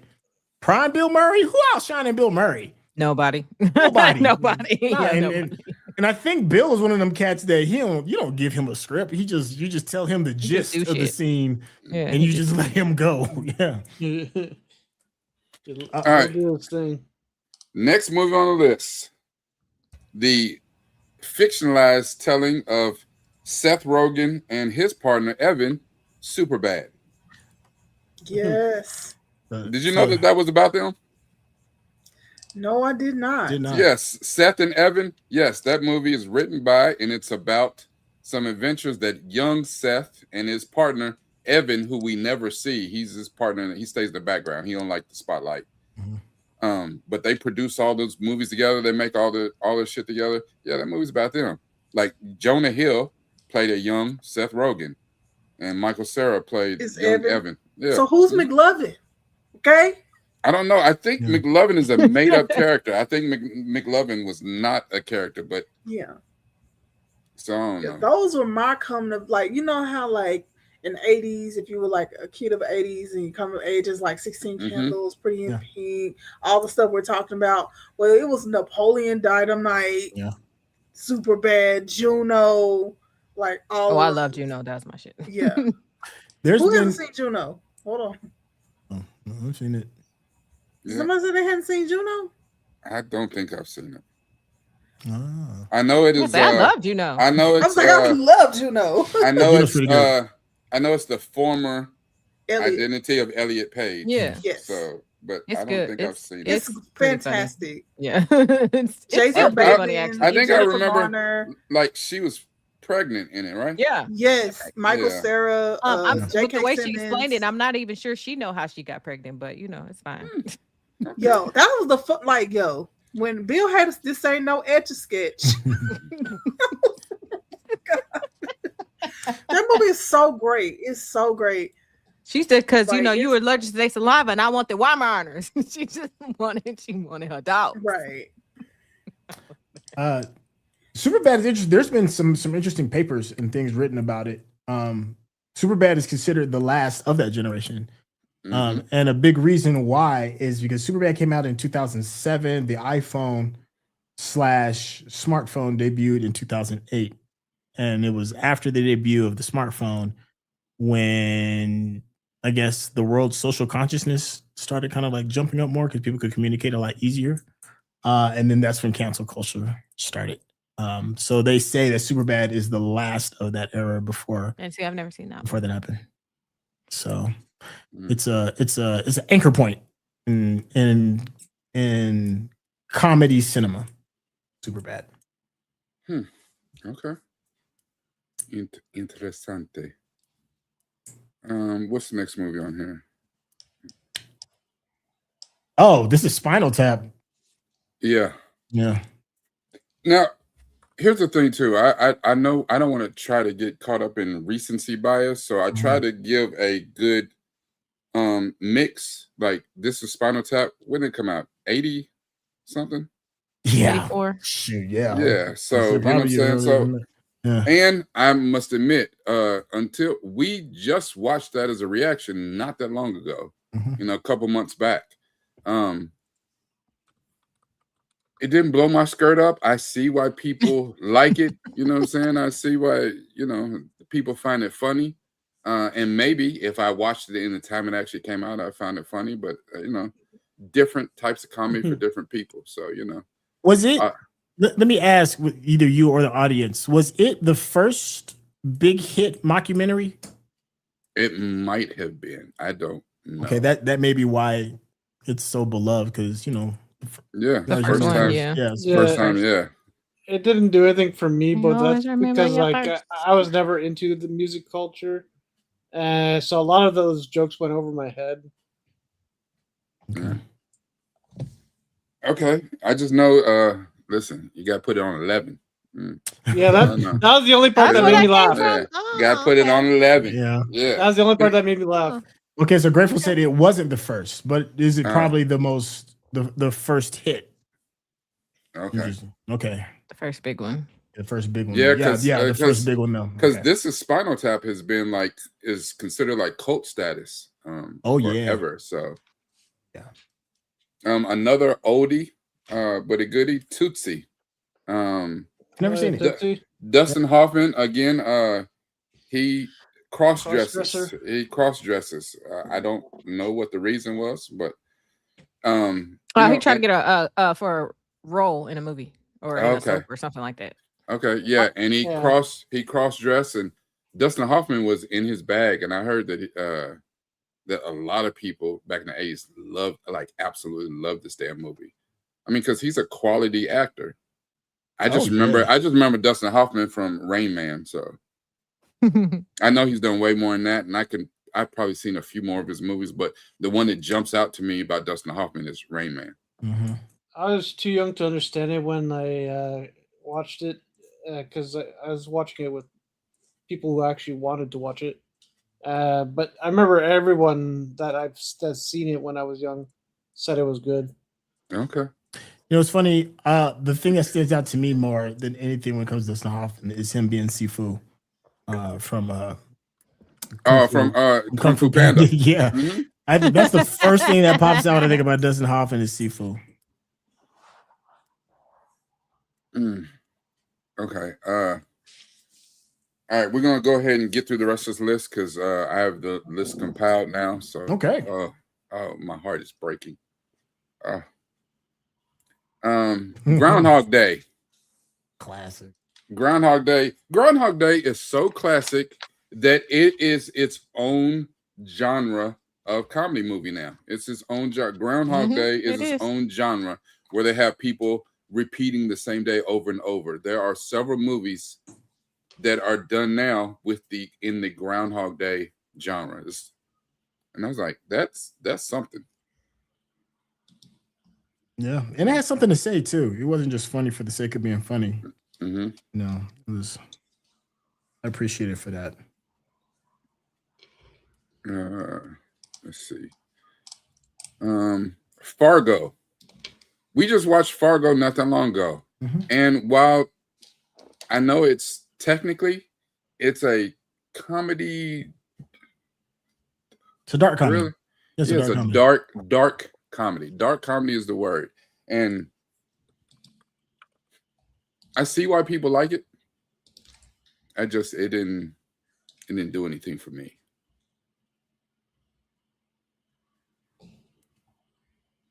I've never actually seen it. Yeah, we did a reaction to it several months ago. Like I said, the Fargo got so popular that they did a TV show. I didn't watch the TV show, but I did watch one season, and it just happened to be the season they said the star was Chris Rock. And I was like, wait, Chris Rock? And he played a dramatic role, like he wasn't funny, but it was decent. He was a Kansas City gangster. They had something going on with the Irish mob or some shit like that. It was decent. What I forgot when, because I know it was a Coen Brothers. I don't know. I don't think this was their first one, but it may have been the one that like really like put them on the scene. Because if I remember right, Fargo got like a lot of critical acclaim. Mm-hmm. Yeah. Yeah. I mean, you know, what's her name? McDormand. Who was the star of the movie?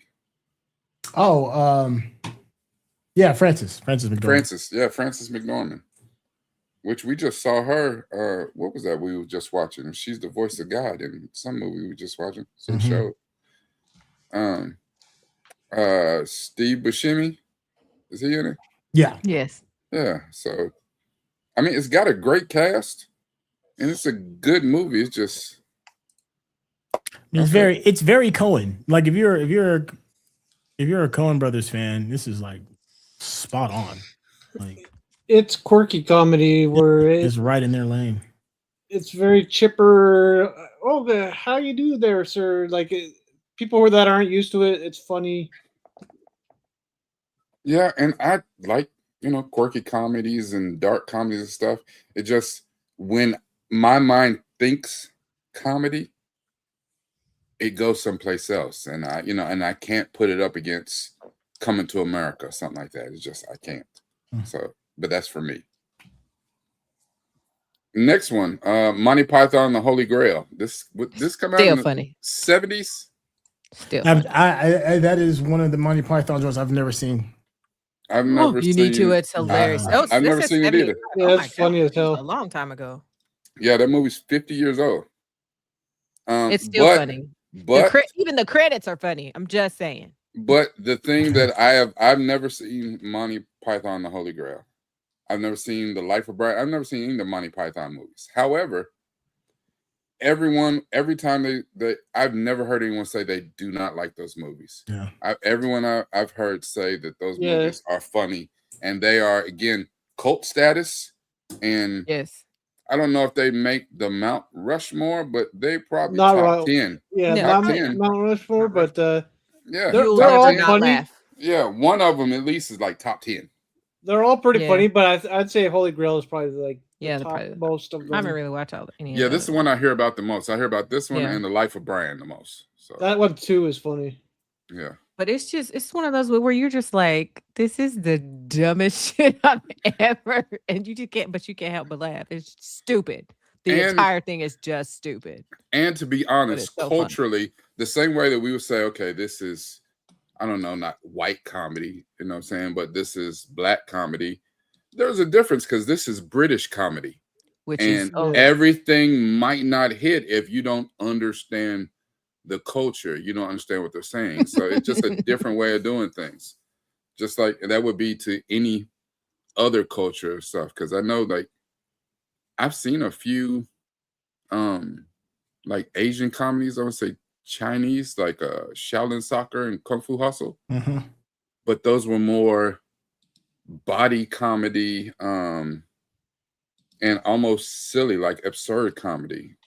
Yeah. You know, they don't, I don't know if it's hard to crack a joke in Chinese for an audience who do not speak Chinese for them to get it. So I don't know.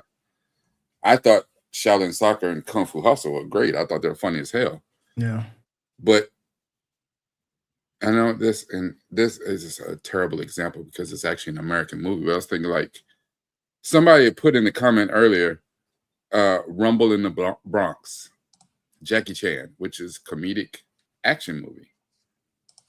I never thought of Rumble in the Bronx as when I, comedy. I didn't think it. It is. It qualifies, but it did not even pop up in my mind at all. So, okay. Would you consider Rush Hour a comedy? Yeah. Yeah.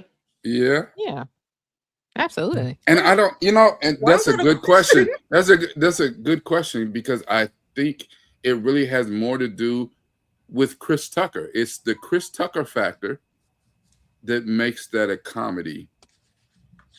Would you consider the Fifth Element a comedy? No.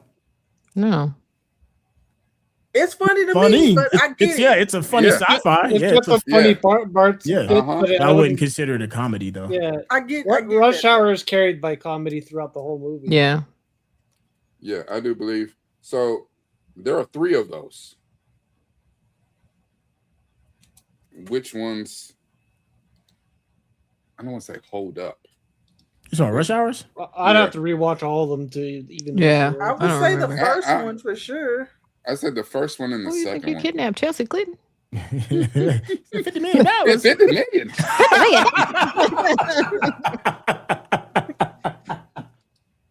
So this is G14 classified. You can't. Who is feeding him? He's too damn big. And that's from the third one. Damn, Chris Tucker. Yeah, that's every time that's all I think about. Listen, that part with Jackie Chan and Don Cheadle, that is classic. He say, "Why you keep calling him 7-Eleven?" He says, "Because his mouth, it never closes." All right, next movie on this, scary movie. And I am talking about the original, not number 6. So, scary movie, the first scary movie, the Wayans brothers, I think is a damn classic, a classic parody movie, which another form of comedy is parody. Parody. When he stuck a little nub in the damn mashed potato.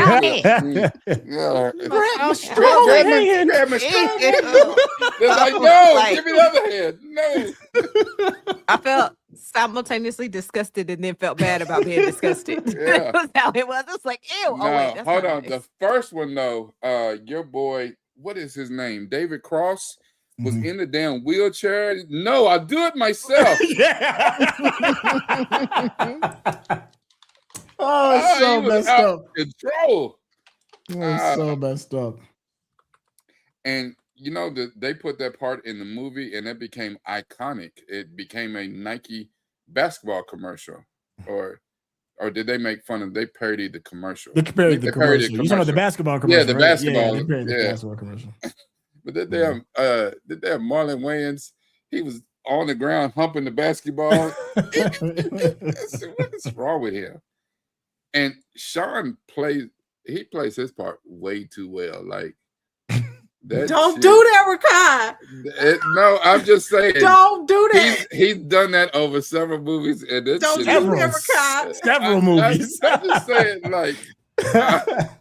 I know where you're going. Don't do it. I'm just saying he did that. I mean, I don't. He's a method actor. He's method. I don't believe that's. I don't know if that's how he get out in his real life. What he does. Yeah, exactly. I don't know if that's how he get out in his real life. But in the movies, that shit was funny. He's hilarious though. He told Regina Hall, "Here, put on these shoulder pads. Put on this helmet." Like, what? Yeah, that gag never gets old for some reason. Yes. But if you see the new Scary Movie, which when he's up there in front of the when he's delivered, yeah, he gets real specific. It's like, oh, hold on, wait a minute. All right, another movie that we watched, we did a reaction to last year, I want to say. The only movie that Eddie Murphy has ever directed himself, Harlem Nights. Classic. Oh, what was that? What was that? That deep sigh right there. What was that? No, because I love it so much. But no, there's no buts.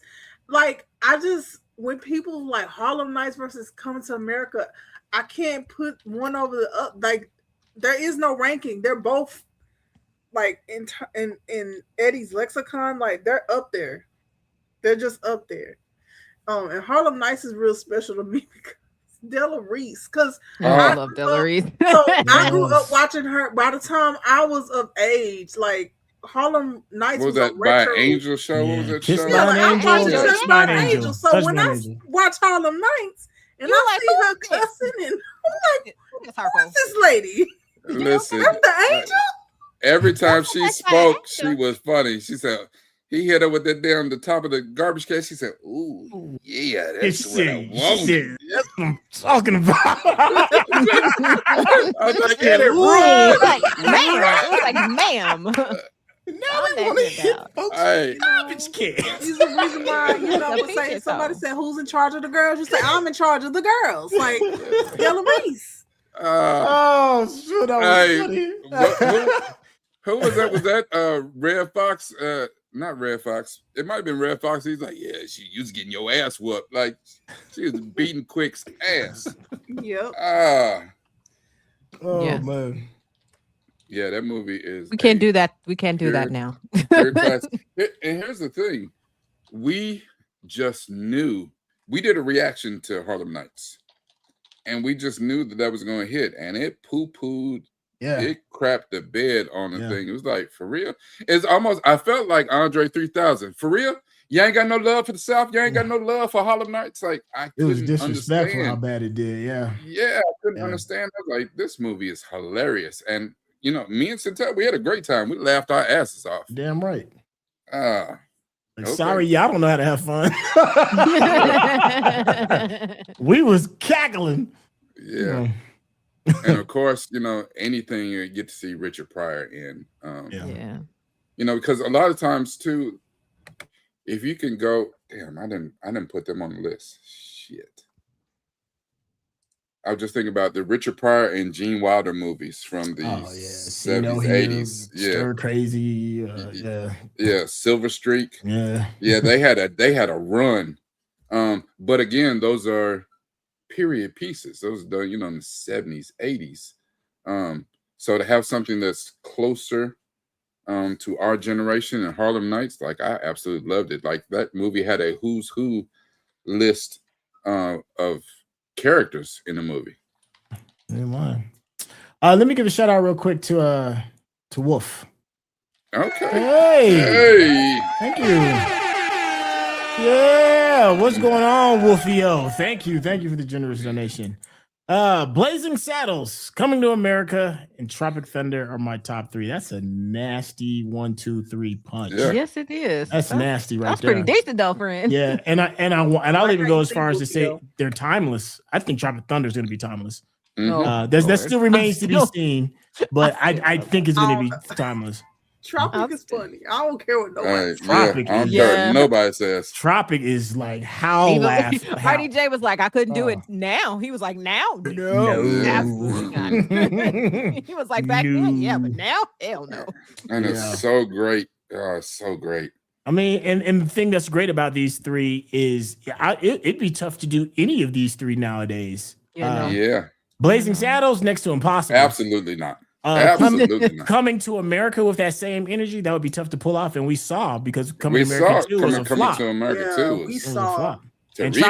And Tropic Thunder was the last great, really big one. You know how I was saying earlier about Superbad being the last of era, before cancel culture. I mean, there's an argument there for Tropic Thunder as well. Like you couldn't do Tropic Thunder today.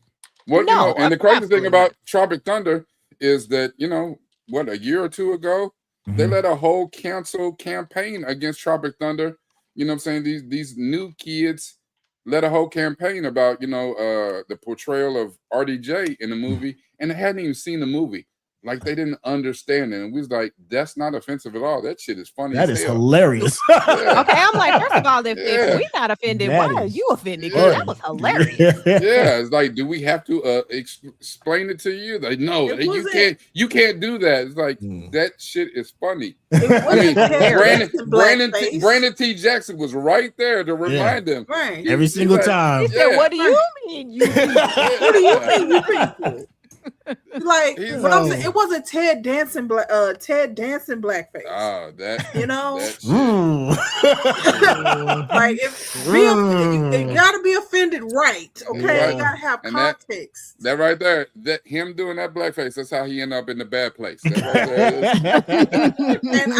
and that picture with like Whoopi right there, and he was like, to this day, I'm like, Whoopi, man. Yeah. I couldn't believe Whoopi barely identified as black at that time. She was Jewish. Okay, let me put myself on mute. But I mean, I know we're talking about like being ballsy when it comes to like Tropic Thunder, but the freaking sack, the balls it took to make Blazing Saddles back in 1974. Oh Lord. My God! Like, how did Mel Brooks sell it? That's my big thing. Like, how did you even sell the movie? I feel like they had to like. They wrote one script and gave it to the studio, and then they kept the other came in script different. That's the only way you could sell that movie back then, and it's another one that still holds. It's timeless. Yeah, that movie's still. I've never seen that one. Oh shit! Yeah, we did. We did a group reaction to that because it was me, Centel. Hold on, it was me, Centel, Randy, and Chuck. Yeah. We all watched it. But here's the thing: we watched it like, let's say we watched it today. It took like a month for that shit to come out because what's they could not edit it. Like that shit could get kicked back. I was like, hell no. That movie's a 2-hour movie. By the time it got through edit, we probably got to show like 30 minutes of it. Everything was flagged. Yeah, everything. That movie's good on Patreon. That's it. YouTube said, hell no. Hell no. 1970. That's wild. Mel Brooks, hat tip to that dude. That's wild. But we also heard that, the rumor is it would have been a very different movie because Richard came in because Richard Pryor was originally supposed to be cast as sheriff. Cleavon Little. Yeah, he was originally supposed to be Cleavon, but for whatever reason, it didn't happen. No, but Richard stayed as a writer. The studio fired him. Is that what it was? Yes, because Mel Brooks wanted Richard Pryor to be a writer. He wanted him to write the parts. He was a writer on it. And the studio said, hell no, he's too controversial. And so Richard Pryor walked. He said, all right, well, screw y'all. I'm out. Because Richard Pryor, because Mel Brooks is like, it's one of the funniest dudes on the planet. What do you mean? He's got to write this movie, especially for his part. Studio said, nah. Dang. Well, hindsight's 2020. Hold on. Thank you, Wolfio. One more quick one. Wolfio came back with a retort. I said, Simple Jack had more backlash than Simple Jack. Look, I know I'm not supposed to laugh at Simple Jack, but that joke was funny. When he said, "You never go full. You never go full." He said it made my eyes rain. Oh, dog, I was inconsolable in the theater. I was inconsolable. I was laughing so hard. I'm telling you, it's one of those where you laugh and then you feel bad about laughing, but you laugh anyway. Oh man, I know that's so cringe, but I was laughing at the same time. That's the only one that didn't age. That's the only one that didn't age well, but it's still funny. It's still funny. And you know that here's the other thing. I thought the one scene, RDJ, remember when Ben was taken prisoner and they were forcing his ass to perform Simple Jack like it was a play. And they was looking through the binoculars and RDJ was like, he's like, oh yeah, see, this is perfect. He removes the distance from the however he explained that. He's like, yeah, that's Simple Theater 101. And I was like, all of that sounded great. That probably is a real thing, but it's like he dropped some knowledge right there. Oh yeah. And then Brandon T. Jackson, what you talk about? Kangaroo Jack? Then a dingo. Hey, slow your roll. Hey, slow your roll. That actually happened. That's a true story. No, what he said, he said, you got some girl back home, you're thinking about? He said, yeah. He said, well, what's her name? Her name is Lance. He said, what the hell you say? He said, I said her name is Nance. Man, I'm tired. I'm going to sleep. You know me? I'm Al Pacino. Oh my gosh. Man. I'm sorry, the last pass of it all made it so much funnier. Oh my God. Yeah. And then he showed up at the end. With Lance Bass. I was like, are you kidding me right now? Yeah. Who did this? Whose idea was this? Tropic Thunder is magical. Yep. Right, I remember the rumors they were talking about they were doing spin-offs and maybe a part 2. I was like, nah, just don't leave it. Yeah, leave it alone. Don't just walk away. It's perfect. What's his name from Spider-Man when they did he was with the talking about Tobey Maguire and Kurt. those damn fake movie trailers in the beginning. Which screw everybody. Tell me he did not throw you when you was in the theater when you saw that. You were like, what the hell is going on? What was that movie called? The Devil something? The Devil's Road. I loved it. I was like, whoa, what are they doing? You didn't want to run out and get some booty sweat after? Yeah, get some booty sweat, baby. Get some booty sweat. Yeah. Brilliant. All right, next Satan's movie on Alley, here. That's what it was, Satan's Alley. Yeah, Satan's Alley. Next movie on here, Undercover Brother. Probably, I don't know if Eddie Griffin has ever been better. It's probably the only thing I really kind of like from him. Shoot, I laughed my butt off on Undercover Brother. I think it was one of the very first movies to take an internet IP and make it into a movie. Because Undercover Brother was actually a real internet short. Gained steam. Eddie loved it, pitched it, and and they made it work, and it was hilarious. Listen, Dave Chappelle was in that. Yeah. Militant Brothers, like that was his name. Yeah. No, but he cocked the shotgun and say, "Kill her, I'll take him out quick, baby." Shh. Just close your eyes. Yeah, that joke is funny as hell. Hey, had Neil Patrick Harris in it. My man showed up in his little sweater. I had sex with a white woman. They said, "Oh, how was it? Was it everything I hoped?" He was sipping on the little drink. That joint is funny to me, man. My gosh. Yeah. Undercover. Yes. Sister girl. We pronounce our R's. We pronounce our R's. Yo, when he had the watch, and they was like, watch out for the mayonnaise. And she put mayonnaise all over the sandwich. And he squirted some hot sauce on that shit. Oh my God. That movie is funny. That joke was good. All right, next movie on the list. South Park. Bigger, longer, uncut. Oh man. It's been a long time. One of my most watched movies of all time. I remember when I watched that movie made my side hurt. I laughed so damn much. I think the one part that made me, I can still remember to this day, where Cartman starts singing about Kyle's mom. Kyle's mom. That's a big oh, my Jesus. Come on, everybody, all around the world. Yeah. Let's all sing along. And then when at the end, when he was turning up the people, it was just by cussing. I was like, this shit is great. I was not ready for that movie because just the opening song where he's like, the sun is shining and the grass is green under the 3 feet of snow. I mean, all right, I tell you another part where I cackled when Satan sang his song and was it? I want to be up there. Oh, shit. He hit that note. I said, I know. Yeah, that note. I know you lying. Hey, relax, guy. Come on, Satan. Yeah. That's a funny movie. Funny movie. You know, it's the crazy thing though, because again, this is an animated movie, and this might be the first animated movie that's been on this list. And I know, like, my brother has never seen South Park Bigger, Longer, Uncut. Because he doesn't watch anything animated. Oh. So it's not, you can tell him how good, how funny this is. He won't watch it because it's animated. He thinks anything animated is for little kids. And I was like, I guarantee you this ain't for no damn kids. Ain't no kid nowhere that should have ever seen this. No. But that's how he thinks. So I was like, oh, that's too bad. All right, another Will Ferrell movie, Step Brothers. Oh Lord! I don't know about you. I love the Catalina wine mixer. Yes, it's all about the Catalina wine mixer. Man. This movie is funny as hell. Did we just become best friends?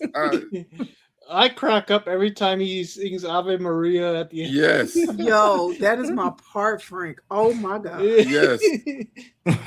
Wait a minute. What about when both of them went on that damn interview to get that job? I said, oh, they are something special. All right. This is another movie we recently reviewed because Centel had never seen it. Pop Star. Never Stop, Never Stop. That was funny. That was funnier than I expected it. Yeah, I didn't expect to laugh. I have no idea what that is. I've never even heard of that. So it's Andy Samberg. Andy Samberg has a group that do music and do comedy called the Lonely Boys. Or now I know about the Lonely Boys. Lonely Island. Lonely Island. Yeah. So like Lonely Island is responsible. They wrote, because Andy Samberg was on SNL, so they wrote his song "Dick in a Box" with that's my Justin Timberlake. Yeah. So that right there, that is typical. That is Lonely Island stuff. And this movie is a long that, and it. I can't even describe. This movie is funny as hell. It is funny. They do some stuff in here. When he wore that helmet, he said, "You look like the tip of Optimus Prime's dick." That joint had me on the floor.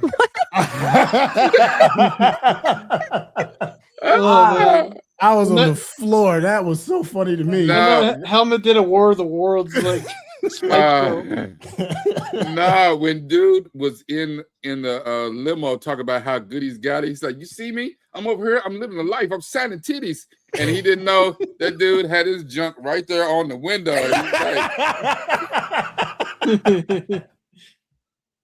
When Seal got attacked.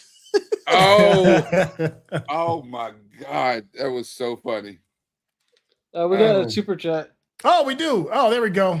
Hey, you've been in here showing love. Yes, thank you. Yeah, Whoopio. Yo. Personally, I think Team America is better than South Park. I'm not mad at that take. I think the concentration of funny is better. I'll agree with you on that. That's a good take, though. Yeah.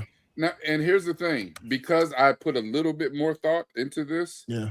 I know for a fact that Team America is on next week's list because I didn't want you to vote against Bigger, Longer, Uncut and Team America. I was like, no, I'm split them up. So if you think that, then vote for it next week. It is on next week's list. That one I know for sure. That marionette sex scene and between that and the uncut. In the uncut, yes. Yeah, the uncut. The uncut, I was like, he threw up for like 10 minutes. They lost their damn mind. That theme song, America, like that. Yeah. Yo. Durka, Muhammad Jihad. Yeah. Freedom isn't free. I'm so wrong. Hey, that I'm right so there, wrong. I'm so wrongly had me cackling. Oh, Wolfie, you're coming over here again. I Hold was on. it which one was it? I think America F Yeah or Freedom Isn't Free. One of those won like an Oscar or something. That was Oscar nominated. I think it's the Freedom Isn't Free or whatever. Yeah. Mm-hmm. That's why. I love the line where it's I need you like Ben Affleck needs acting school. Yeah. What about at the end? Matt Damon. Yeah. Wolfie also said, what about the Jackass franchise? I can throw one of those on next week's list. I didn't include any of those because I don't. And again, that's just me. I don't find that shit funny. I find it a shock and awe. I don't find it funny where I laugh at. I just be like, I can't believe they doing this bullshit. I don't. It was funny to me in the time that it came out. Yeah, because there wasn't a whole lot like that.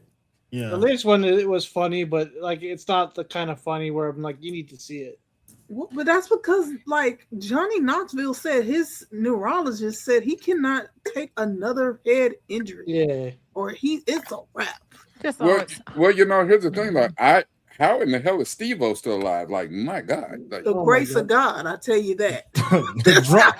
Drugs and alcohol numbed him. Yeah, that was never going to be a thing. That was the only way he made it through. That's why he was on everything. Although I think 70% of the stunts in the latest movie were vault footage, like that they didn't put in the other movie. Okay, there's no way. And then the other dude, Bam, Chris Pond, Bam was like Steve-O, but Bam, it's all bad for Bam. Yeah. It was just never going to be a thing I was going to think was funny. I'll put it like that. I don't think those kind of things are funny. I think that it's stupid and not like good kind of stupid. Not like, oh, you saw stupid. No, it's like you were stupid. Yeah, I used to watch it. As in, your mama raised you for you to end up like this? Why? I take a little bit of pleasure out of watching idiots hurt themselves. Yeah, I don't. Yeah, and honestly, I didn't put a Jackass on the list because if we're trying to get through the top, comedies of all time, oh yeah, it was never gonna be there. I just it was never gonna be there. There's so many that I could put on the list that I think have a shot. I actually didn't think anybody would really vote for it. I mean, what do I know though? So not when we have stuff like, what I'm saying? Yeah, but you got to keep in mind, like this was like I remember the culture too, because there was a show. Come on, it was an underground joint. It's another one of those joints that when it came out, you had to get it through VHS, right? Somebody had passed along. It was called CK. I think it was called CKY 4K, CKY2, something like that.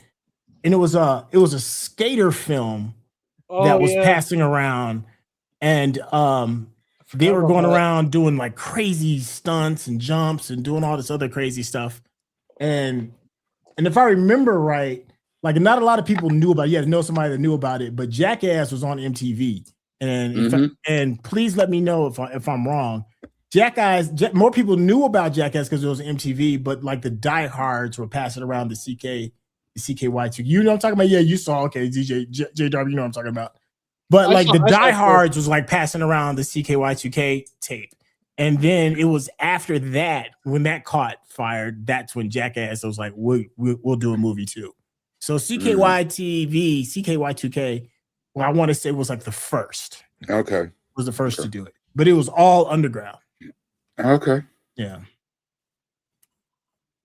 All right. Next on the list. Okay. Next on the list is Lottery Ticket, Bow Wow. I've never seen it. I've only seen the clips. I'm 8 years old. Yeah, I've never seen Lottery Ticket. I have seen it. I honestly think you didn't miss anything. Okay. It's a little hood classic, funny movie. I don't know. Bow Wow is probably a teenager this time. Also features Brandon T. Jackson. Yeah, that's when he gives the "I'm broke" speech, right? Is that the movie? Yeah. Yes. Yeah. I mean, the movie. It's got a pretty decent cast though, but yeah, it does. You got Loretta Devine and Yeah, I forget Charlotte his little girlfriend interest, but we got a super chat for lottery ticket. Oh, really? beautiful. Boom. Hey, fantasy. Yeah, it felt like Keith OG, David triple played OG. Keith David in Lottery Ticket. Yeah, he did. He did. Keith David played himself.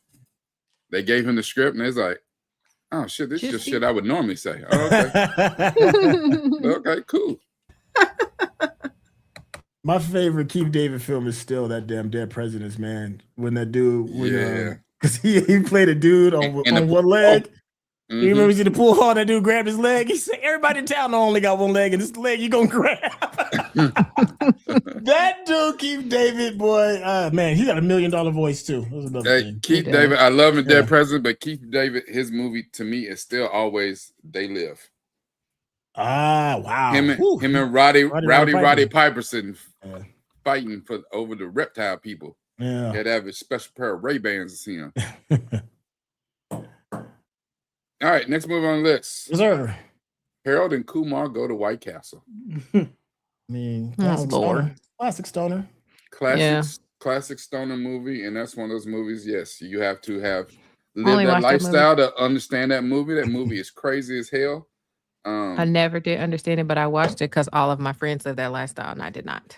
That movie's got some funny parts in it. It's silly as hell. But that movie made me actually go visit a White Castle when I went to Atlanta one year. Yo, I wasn't Doogie Howser in it, right? Like, yeah, Neil Patrick Harris is in it. Yeah, Neil Patrick Harris, like a serial killer, if I remember. I forget, like he was a hitchhiker. Oh yeah. Something, right? Yeah, and they picked him up. I remember that part. Okay, it's funny because Neil Patrick Harris has been in a few of these movies we said, because he was in Undercover Brother. Yeah, he's been in a few of these, but I don't know. I guess that was the best of that franchise. I know the next one was wild as hell too, where they go to Guantanamo Bay. Yeah, I never saw that one. Okay, yeah, that shit was wild. It's like, do the same thing, do it again, just like this next movie. 21 Jump Street with Channing Tatum and Jonah Hill. I don't give a shit. I think that movie's funny as hell.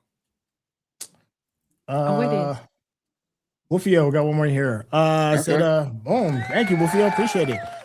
Who's y'all's favorite comedic directors? I just can't think of anybody better than Mel Brooks and Ben Stiller. Comedic directors off at the top of my head. Mel Brooks is definitely up there. Yeah, I gotta say, shoot, dang. And I don't, you know what I'm saying? Because it's hard to not include a Wayne somewhere, right? Keenan? Yeah. Keenan is legendary.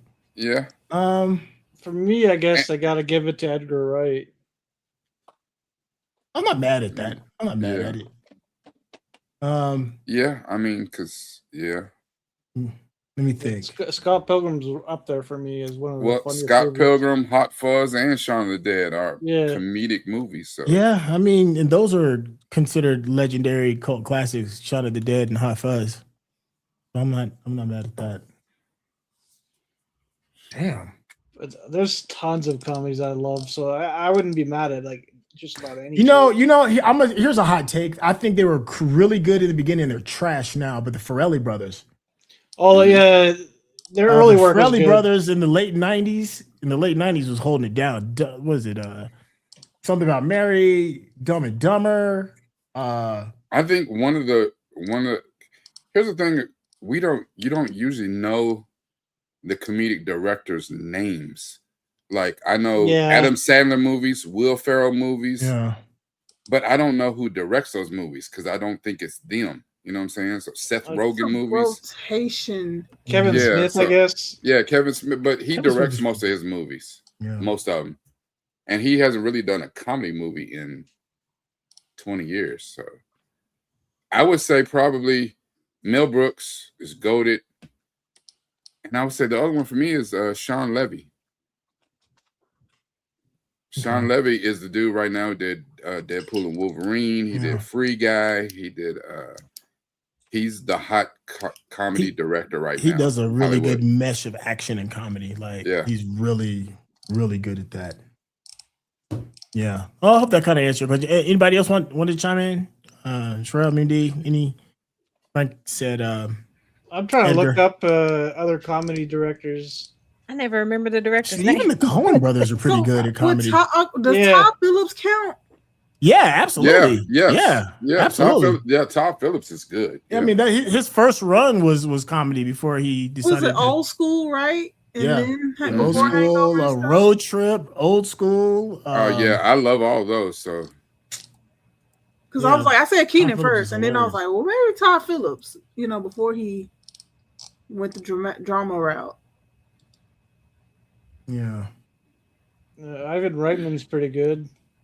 Yeah, actually, Ivan Reitman is really good. Yeah. Yeah. I mean, if we're gonna go there, hell, John Landis and all those movies he did with Eddie Murphy. I mean, yeah. Judd Apatow. Then, if you say John Landis, do you have to say John Hughes? Well, yeah. I mean, he held the '80s down, the early '80s. Yeah, absolutely. Yeah, I mean, there is no Brat Pack without him. What are those considered, like romantic comedies or what are coming of age comedies? Yeah, it's I think a bit of both because they Breakfast Club was purely like coming of age, but like 16 Candles and Pretty in Pink were like coming/romantic comedies. Okay, all right. And that was a good one. That was a good question. Good question. Where are we at now?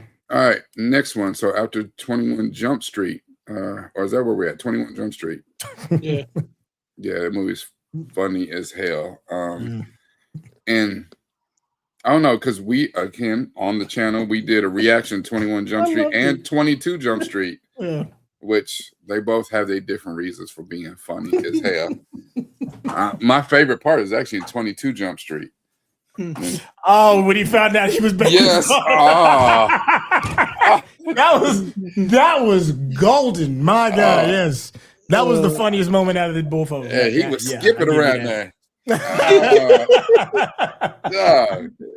amount of pause between when the signal was sent for him to figure it out. But Jonah Hill is adjusting the straps on his Kevlar vest. He's like, oh shit. That was funny.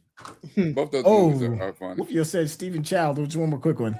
Stephen Chow. Yeah, absolutely. Yeah. Absolutely, Stephen Chow's up there. Somebody in the chat said Judd Apatow. Yeah. I was like, of course. Yeah. Harold Ramis. Yeah, Harold Ramis, absolutely. Yeah, I was like, oh man, I forgot. I just went blank, and I'm like, but Judd gave me 40-year-old version. Gave me this. Like, hello, like, yeah. A lot of them old cats was held down decades of comedy.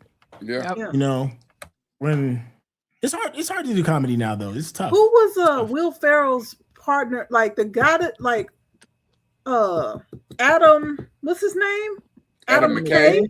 Adam McKay, yeah. Didn't he do Talladega and Anchorman, Step Brothers. Yeah, that dude's solid. Yeah. Y'all just watched his movie, right? Don't Look Up. Wasn't that him? And I know it could be that was him. Huh. Was it? I don't know. I'm asking. I think it was. I know that could be very hit or miss with people, but whoever's directing the Adam Sandler movies. Yeah. Adam McKay did do. Wow, he directed Winning Time too. That's wild. Okay, that says a lot. Adam Sandler's most frequent director is Dennis Dugan. Okay. And Dennis Dugan has done his best stuff. He did Happy Gilmore, he did Big Daddy, he did The First Grown Ups, and he did You Don't Mess with the Zohan, which I love that movie. I love all of That's those. one of my favorite comedies of all time. Yeah, so those shits are funny as hell to me. Yeah. Okay. Yeah, I'm not mad at that. And somebody also says Seth MacFarlane with the Ted movies. I think Seth MacFarlane is probably one of the funniest TV writers ever. Yeah. I love The Million Ways to Die in the West. I'd love that too. I love that movie. Okay, where are we going now? How much Jay and Silent Bob Strike Back, Kevin Smith movie. I find this movie hilarious. This movie's funny as hell to me. That damn when they said something about it, he said, you think they just fall out of the sky and Chris Rock hit the ground? He said, But he said, "What is it? Naked big titty, big titty, butt naked women just don't fall out the sky, you know." That's what it was. That was Dogma. Was it? That was Dogma. Yeah, Yeah, because it was right after. Yeah, Chris Rock was the 13th apostle. Yeah. Jay and Silent Stripe. Oh yeah. That was the Jay, one when Jay and Silent Bob. They go to Hollywood to deal with them making a movie about Bluntman and Chronic. Mm-hmm. And then Mark Hamill's there with the, what was his name? The cock knocker. Yeah. I see your Schwartz is as big as mine. Oh Lord. Oh, potty humor at its best. Okay. The other part I was thinking about that was in Chasing Amy. Damn it. In the Jay and Silent Bob, they had the monkey with them because activist group broke out the. Yeah. Yeah. So wait a minute. So yeah, Jay and Silent Bob is old girl from American Pie, Shannon Elizabeth, Yeah. Boo Boo Yeah. Kitty. Yeah. Boo Boo Kitty. Yeah. Yeah. We'll censor the rest. Oh man. I like Kevin Smith. I like his movies. Oh, this was the quote. That's it. None of you little F's out there. I am the click commander. Remember that. I command all clicks. When it comes down to business, this is what I do. I pitch it. Ooh, you little. So I rub my nose. And he got I forgot about. That's what it was, Grateful. Yo, you get the. And they thought he was that was hilarious. They thought he was a terrorist leader. Yeah. And he was talking about something completely different. When he got into it, he said, "Ooh, you little." That was funny as hell. Okay. All right. Next one. We just recently did this for a reaction too. Yeah. Cheech and Chong's Up in Smoke. I mean, I laughed. I ain't gonna lie. Yeah. It had some funny parts. But it was representative of the time it came out. Yes. When that come out? Late 70s? Yeah. It looks like that. Yeah. Yeah, the movie's almost 50 years old. So yeah. It doesn't necessarily age as well as others. No. It came out in 78. Yeah. Yeah. But it did have its funny moments. Mm-hmm. After Warner Brothers took Scary Movie away from the Wayans, Marlon made Haunted House. So I never saw it. Was it good?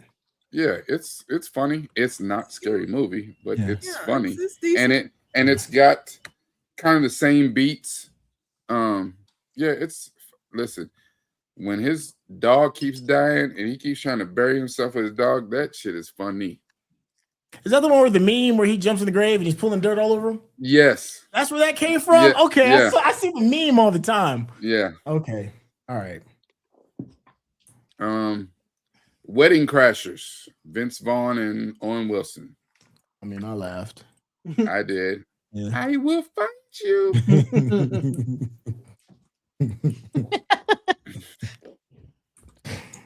And that her brother, oh my God, he was a problem. Next one, The Hangover. I mean, so good they made 3 of them. You didn't like the first. I heard an exhale. Who didn't like the first one? No, I said side greatness. Oh, okay. They're movies I enjoy, but I could take them or leave them. Yeah, me too. I get some Which doesn't TV. mean they weren't funny, but it's like I can take or leave the other 2, but the first Hangover. The first What do Hangover, tigers yeah, dream of when they take that little tiger snooze? Like that song is fantastic. Yeah, the first The Hangover, I was not ready. I was not prepared for that's the kind of movie we was getting. I like the investigation element of the plot. Yeah. They try to piece back what they did, and they woke up. It was completely oblivious. the whole time I kept thinking, what on earth could you have taken? Because I always remember everything. So I don't know. white boy I've never lost a They minute. didn't roofie their damn selves or something. I don't know, but yeah, it was like wild. how in the world? Mm-hmm. After that, a more recent I don't trust movie. myself to get that wasted. More recent movie, and I can't believe it ended up on the list, but Tyler Perry movie, Joe's College Road Trip. That's new, isn't it? Yeah. Is it I haven't good? seen it. Netflix. Is it It's good? funny. Irreverent and It's raunchy. funny. It's funny. It's raunchy and it's Yeah. funny. Like the thing about it is I don't like Tyler Perry movies. I just don't. The Medea movies, I remember back in the day, I used to watch them, the plays, which were decent.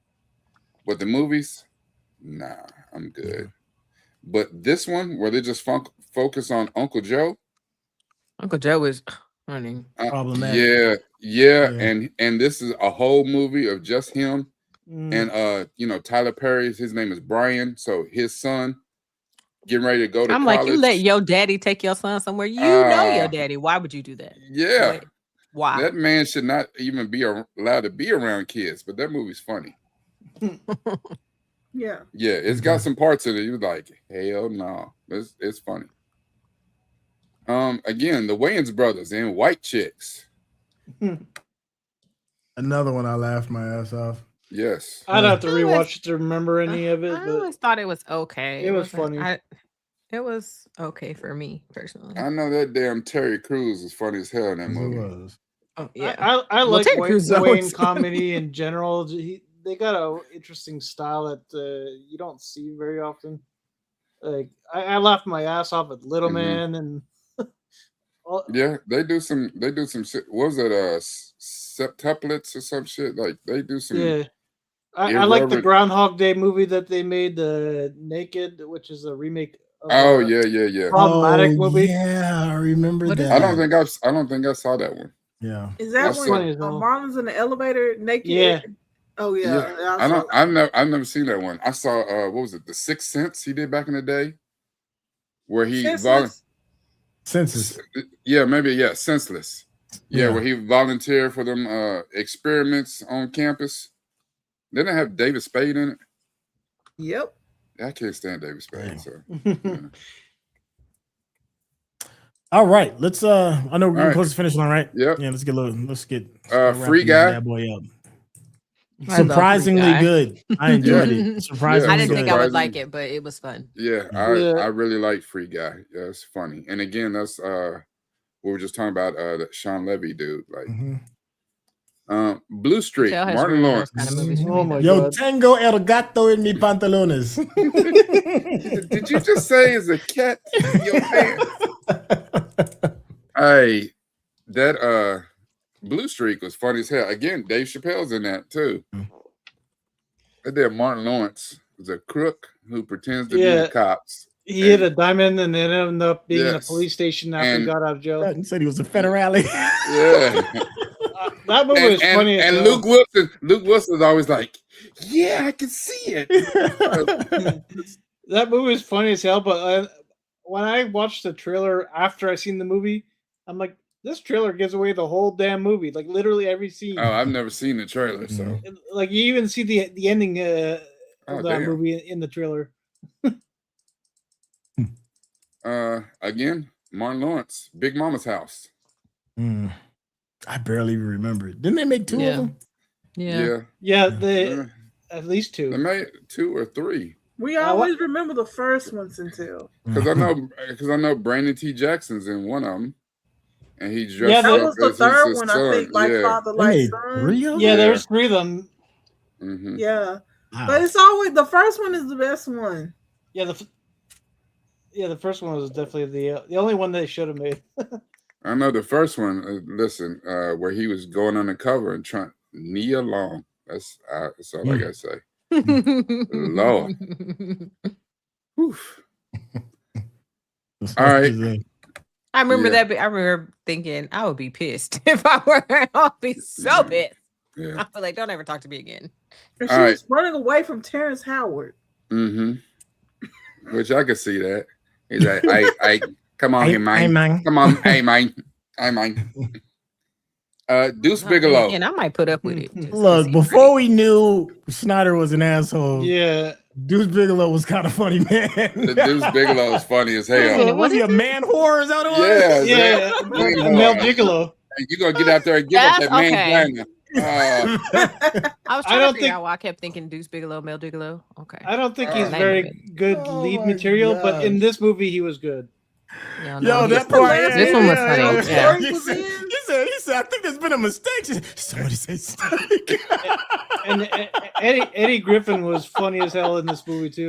No, when he was walking around that one date who was like 7 foot tall, everybody said, "Oh, that's a big man." Oh, it's just wrong. Oh my gosh. And that chick that had narcolepsy. Oh, was that the one he tied her ponytail to the back Yeah. of the thing? That's where that came from. Okay. Oh yeah. That's where that came Wow, from. I forgot all about that. Hey, I'm trying to tell you, this movie's got. Hey, this movie Yo, is funny as it's hell. funny, man. Yo. You know, this is not my Rob Schneider. I mean, I liked it. This was not my Rob Schneider. Again, pre-problematic. Yeah, before we knowledge. found out. Yeah. Yeah. Mine was the animal. I like. Oh, the animal is great. Yeah, I And like the animal over Deuce Bigelow. Yeah. Okay. What was my Rob Schneider? What's that damn Hot dumbass Chick. movie? But Hot Chick is funny too. Stan the Man, Oh, where he's going to prison. yeah. I haven't seen that one. Okay. Okay. Yeah, Deuce Bigelow had some dumbass funny movies, but yeah, that one, this one, and of course Oded Fair as that shit was hilarious. Probably one of my favorite movies on this list, low key. You Don't Mess with the Zohan. Oh my Yes. god. I quote that movie so much, and don't nobody ever know what I'm talking about. You know, when he's trying to tell his parents, he said, I just want to do hair, and his father's like, Fegula? Fegula? He said, no, I just want to do hair. Oh. I have not seen Don't Mess with This Old Man. We gotta. Oh, no. shit. Put it on the Hey, list. I put it on. I got the pen. Hey, I dude. got it. I say movie. Fizzy I've never Bubbler seen it because either. of that Yeah, never movie. seen it. Yeah, Fizzy Bubbler. Fizzy Bubbler. Fizzy Bubbler. I've never seen that Okay. either. That's what I call Oh. like sparkling water. Yes, you get the Fizzy Bubbler. Okay. God. It's on the Like, list. he got to make the hair silky smooth. Yeah, Like, got to make it silky smooth. and then yes. like he's stuck in the 80s. So like he had that one book, and then disco. Yes, Yeah, disco. disco. Yes. He said, "Come on, and man, then we gotta go." everything He is said, going out of sales "Okay." store. He said, "Okay, I go make love to your mother one more time, and then we go." I said, "Shit."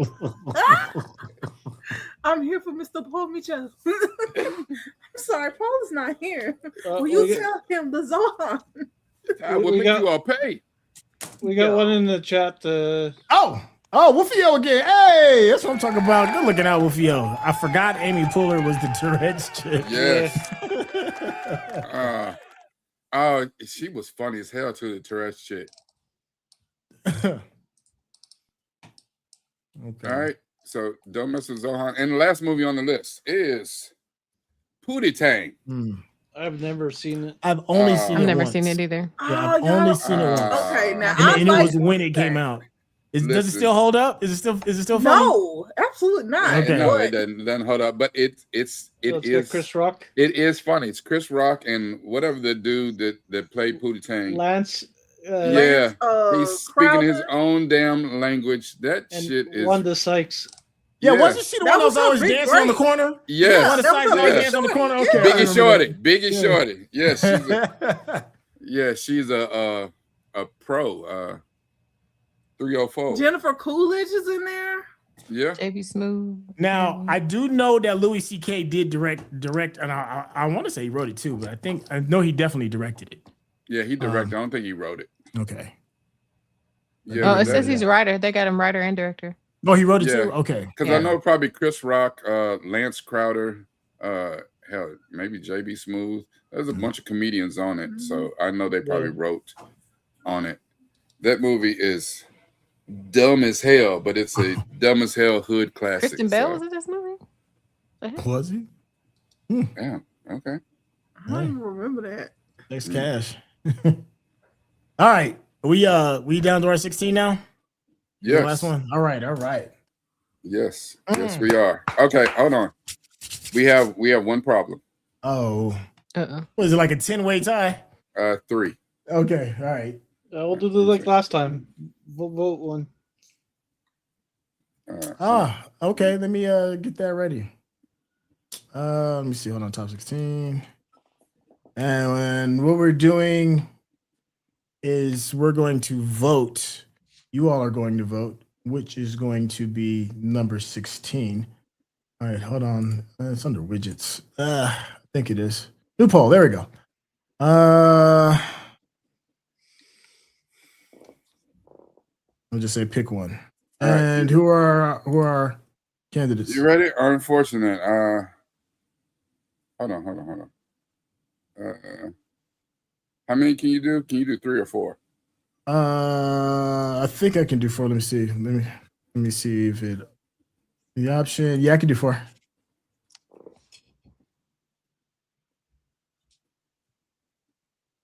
Okay. Yeah. So it is 4. All right. Okay. So our tied for 16th place. Okay. It's the only place where we got some ties.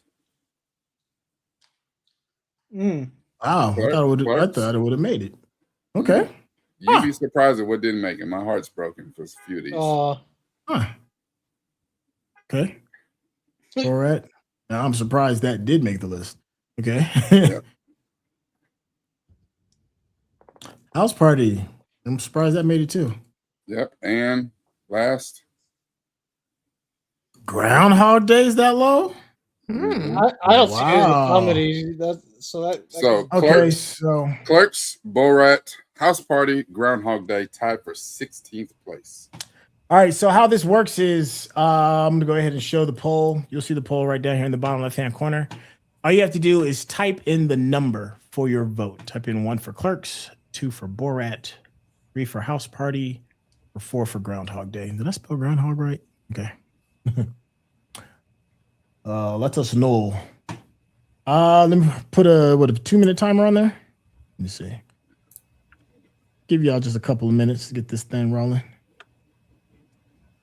And just so y'all know, in a couple of weeks when we come back to vote the top comedy movies all time, this is kind of the setup. This is how we're going to use it. So we're going to pair all the movies off, and then you vote live. Okay. Which we had a lot of fun with that last week. Damn, it's only between the two. I'm gonna vote too, because that was Clerks not making. That's wild. This is for the 16th spot. Yeah, it's coming down. House Party. Look at this. We got one for Groundhog Day. We still got like another minute and 30, so everybody can still get their vote in real quick. All you have to do is type 1 for Clerks, 2 for Borat, 3 for House Party, 4 for Groundhog Day. This is for the 16th spot.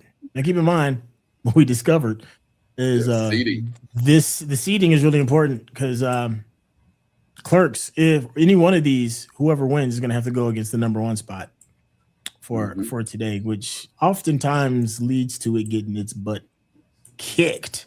Yeah.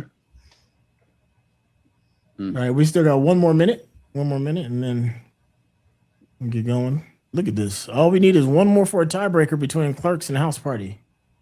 I'm really surprised House Party's getting the love that it's getting. Yeah, I am too. But yeah, no, never know. It makes me want to check it out because if people are voting it, and House Party's a good movie. House Party's a good movie, and one of the things is because it's one of the few movies that features the legendary comedian Robin Harris. It's one of the few things he did, and that dude died way before his time. Yeah, he would have been super big. Mm-hmm. We got like another 20 more seconds. We need somebody to break this tiebreaker between Clerks and House Party. Oh, and House Party has pulled away, and then 10, 9, 8, 7, 6, 5, 4, 3, 2, 1. That is it. We are done. It's looking like in the Tootsie Pop House Party. Yeah, that's exactly what that was. All righty. So number 16 is House Party. House Party. All right. All right. So first of all, let me close this widget out. A few of my huge disappointments. My heart is breaking. Things that did not make the top 16. Yep. What? Ooh. Ooh.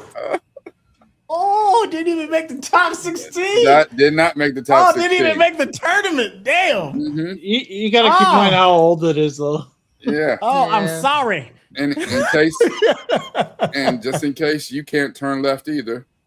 Did not make it. A little bit. Okay. Going along, same theme, right where we're at. Grandma's Boy, was in there early, but these two are the ones that really surprised me. Well, this one surprised me. Oh, South come Park on! Didn't make it. Okay. Did not make it. Didn't make the tournament. And just a personal one for me. That's heartbreaking. And when we watch this and tell, we must watch the unrated edition. Yes. Okay. Right. We'll probably that just hurt definitely my get that feelings real bad. Yeah. But Zohan didn't make it. Yeah, that one hurts the soul. Okay. And okay, so at number 16, number 16, we already know is House Party. House Party made it. And a sign of the times. Okay. Number 15. Idiocracy. Mm-hmm. I'm surprised it's actually that low. I thought it would have been a little bit higher. Yep. Okay. Number 14. Okay. Number 13. Hey, Austin made it. Yeah. Okay. Number 12. Scary movie. Okay. Yeah. Number 11, as you can tell, is a favorite of ours from this week's thumbnail. That's right. Dirty Mike and the Boys. We will be having sex in your Prius again. Yeah, they said that's all sorts of things in there. They said, yeah, they call it a soup kitchen. Sherelle, have you never seen the other guys? Wait, no, I watched it with you guys. Oh, yeah, I'm about to say. I remember now when you said aim for the bushes. I was like, oh, yeah. Dirty Mike and the Boys. When he ran through that damn the crime scene with all the cocaine on the car, he said, America! No, go in the house, Alan. No, bye, Sheila. No, go in the house.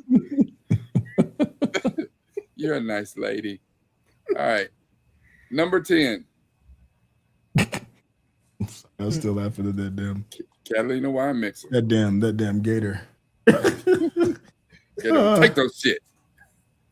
Just need some never take no shit. Gator needs some walk around money. Hold on, after the other guys with Step Brothers, right? Yes. And then that's number 10. That's okay. number 10. Yeah, number 9. Airplane. Yeah, I'm not mad at that. Yeah. Now you're talking about like age of stuff. That's damn near one of the oldest on the list. So yeah. Number 8. Nice. Yeah. Yeah. That's not a surprise. Yeah. Number 7. Wow. Now, I am surprised it made it that high. Number 6. Okay. Mm-hmm. All right. Top 5. Top 5. Top 5. Number 5. Okay. And coming in right behind that, number 4. Super bad. Okay. Yeah. I mean, I'm still thinking. Coming to America is going to be number 1. But we'll see. Let's see. Number 3. Anchorman. Will Ferrell holding it down, ain't he? Yeah. Number 2. The Water Boy. Yeah. Yeah. Okay. We got one good one there. That's some high quality H2O. And bring it in and bring it on in. Number 1. You damn right. Number 1. Yeah. Everybody. No surprises on Coming to America being I can't. I'm not upset about the list. There's a few that I really wanted to make, like the Zohan. I think is absolutely hilarious. I was a little surprised South Park didn't make it. Yeah, and me too. and I'm upset that Half Baked and Zohan I wanted to make the list, but I think I'm shocked Clerks didn't get higher. Well, but it's like I said, it was in the vote for last place. And again, you're talking about a movie that's 35 years old. So Clerks is a long time ago. Not bad. All right. So House Party is going to be going against Coming to America, Idiocracy against Waterboy, 21 Jump Street against Superbad, Hangover versus Scary Movie, Doubtfire over the other guys, Harlem Nights versus Step Brothers. Ooh, that's going to be ugly. And then Airplane versus The Big Lebowski. That's going to be ugly too. Yeah. Okay. Yeah. This is going to be interesting. So I do want to thank all of you for being on here, talking about comedy movies. We all got a good laugh, and it's just what I need on a good Saturday night. So this was a lot of fun. Again, we are doing this again next week. So everyone who is here with us tonight, please join us again next week. There will be a different list, and a lot of the movies that you put in the chat that you like, oh, this movie needs to be in the list. Yeah, Tropic Thunders, Friday, Walk Hard, 40-Year-Old Virgin. Those are on next week's list. Ooh. So, there's a lot of good stuff on there, just like there's a lot of good stuff on this list. So make sure that you vote.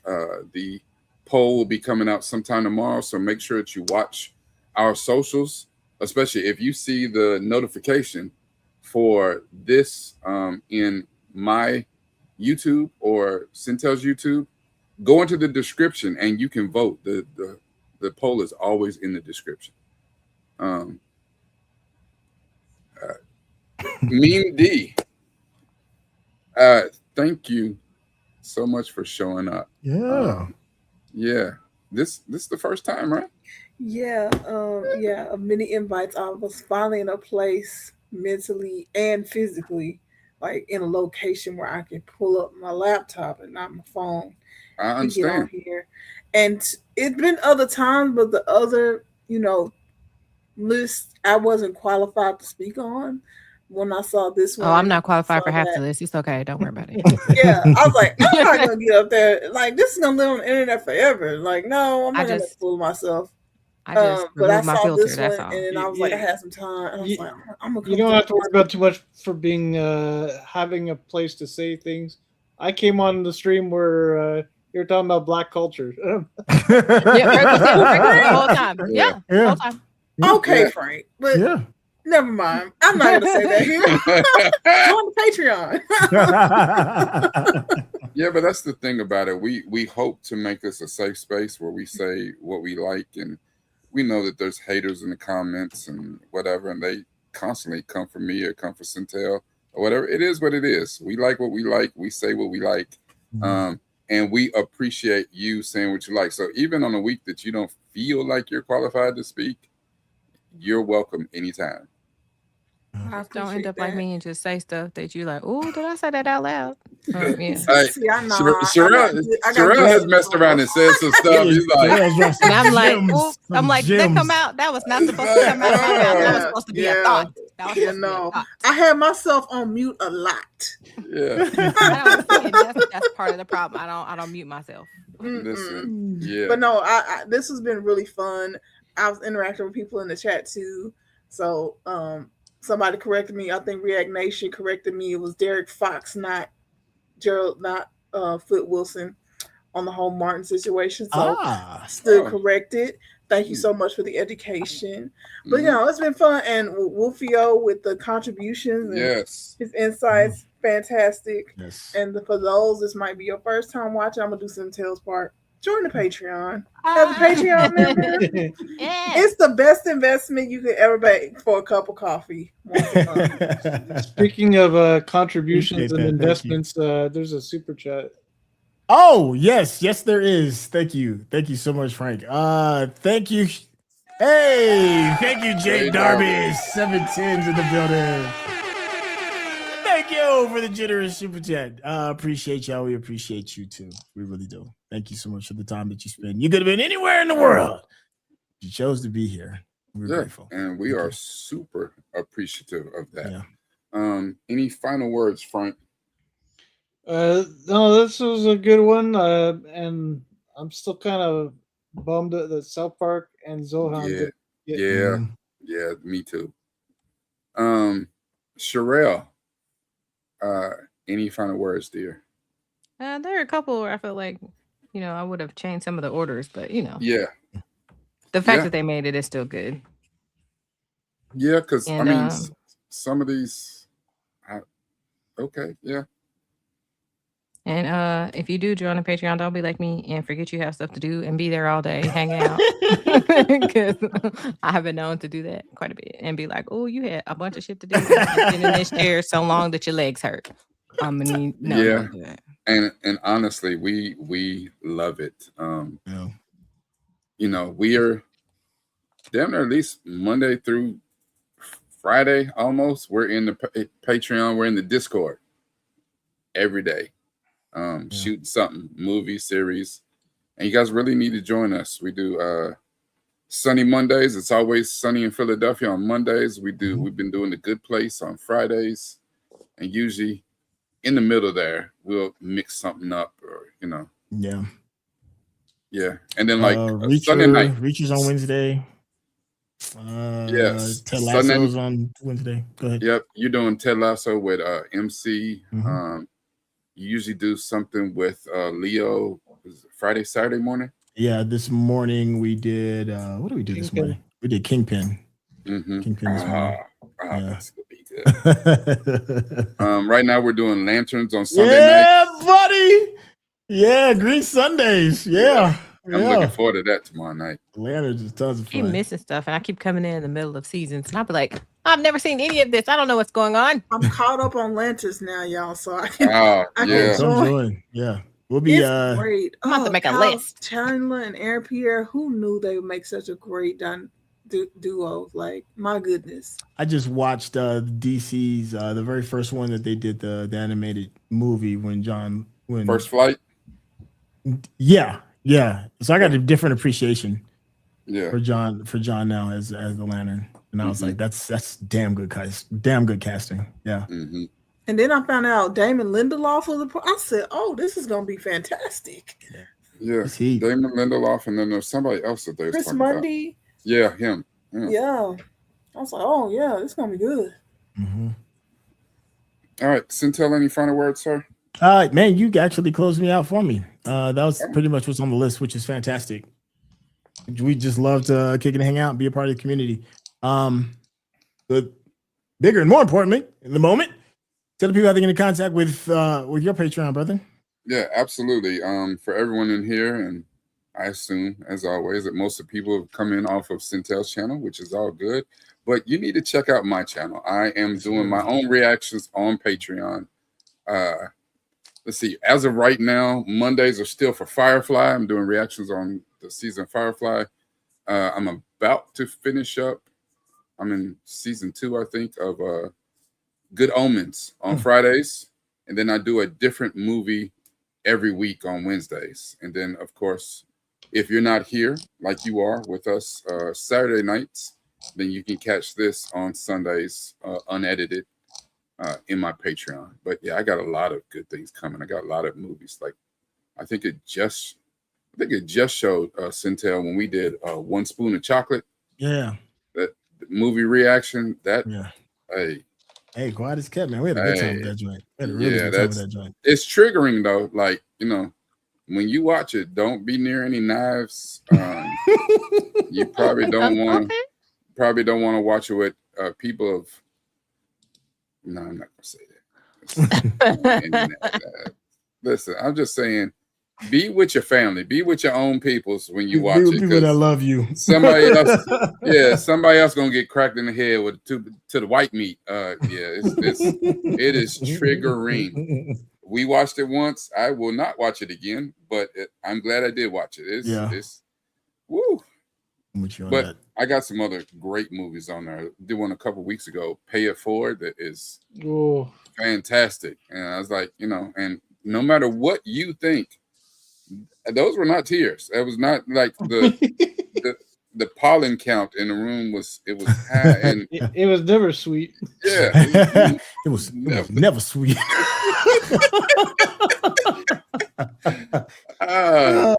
Yeah. Okay. All right. Well, at this point, it is Saturday night, and we're closing this out, and we will see you all tomorrow, every Sunday, on Centel's channel, in the Discord, so you can watch Lanterns with us. All right. Thank you, everybody. See y'all next week. Shit.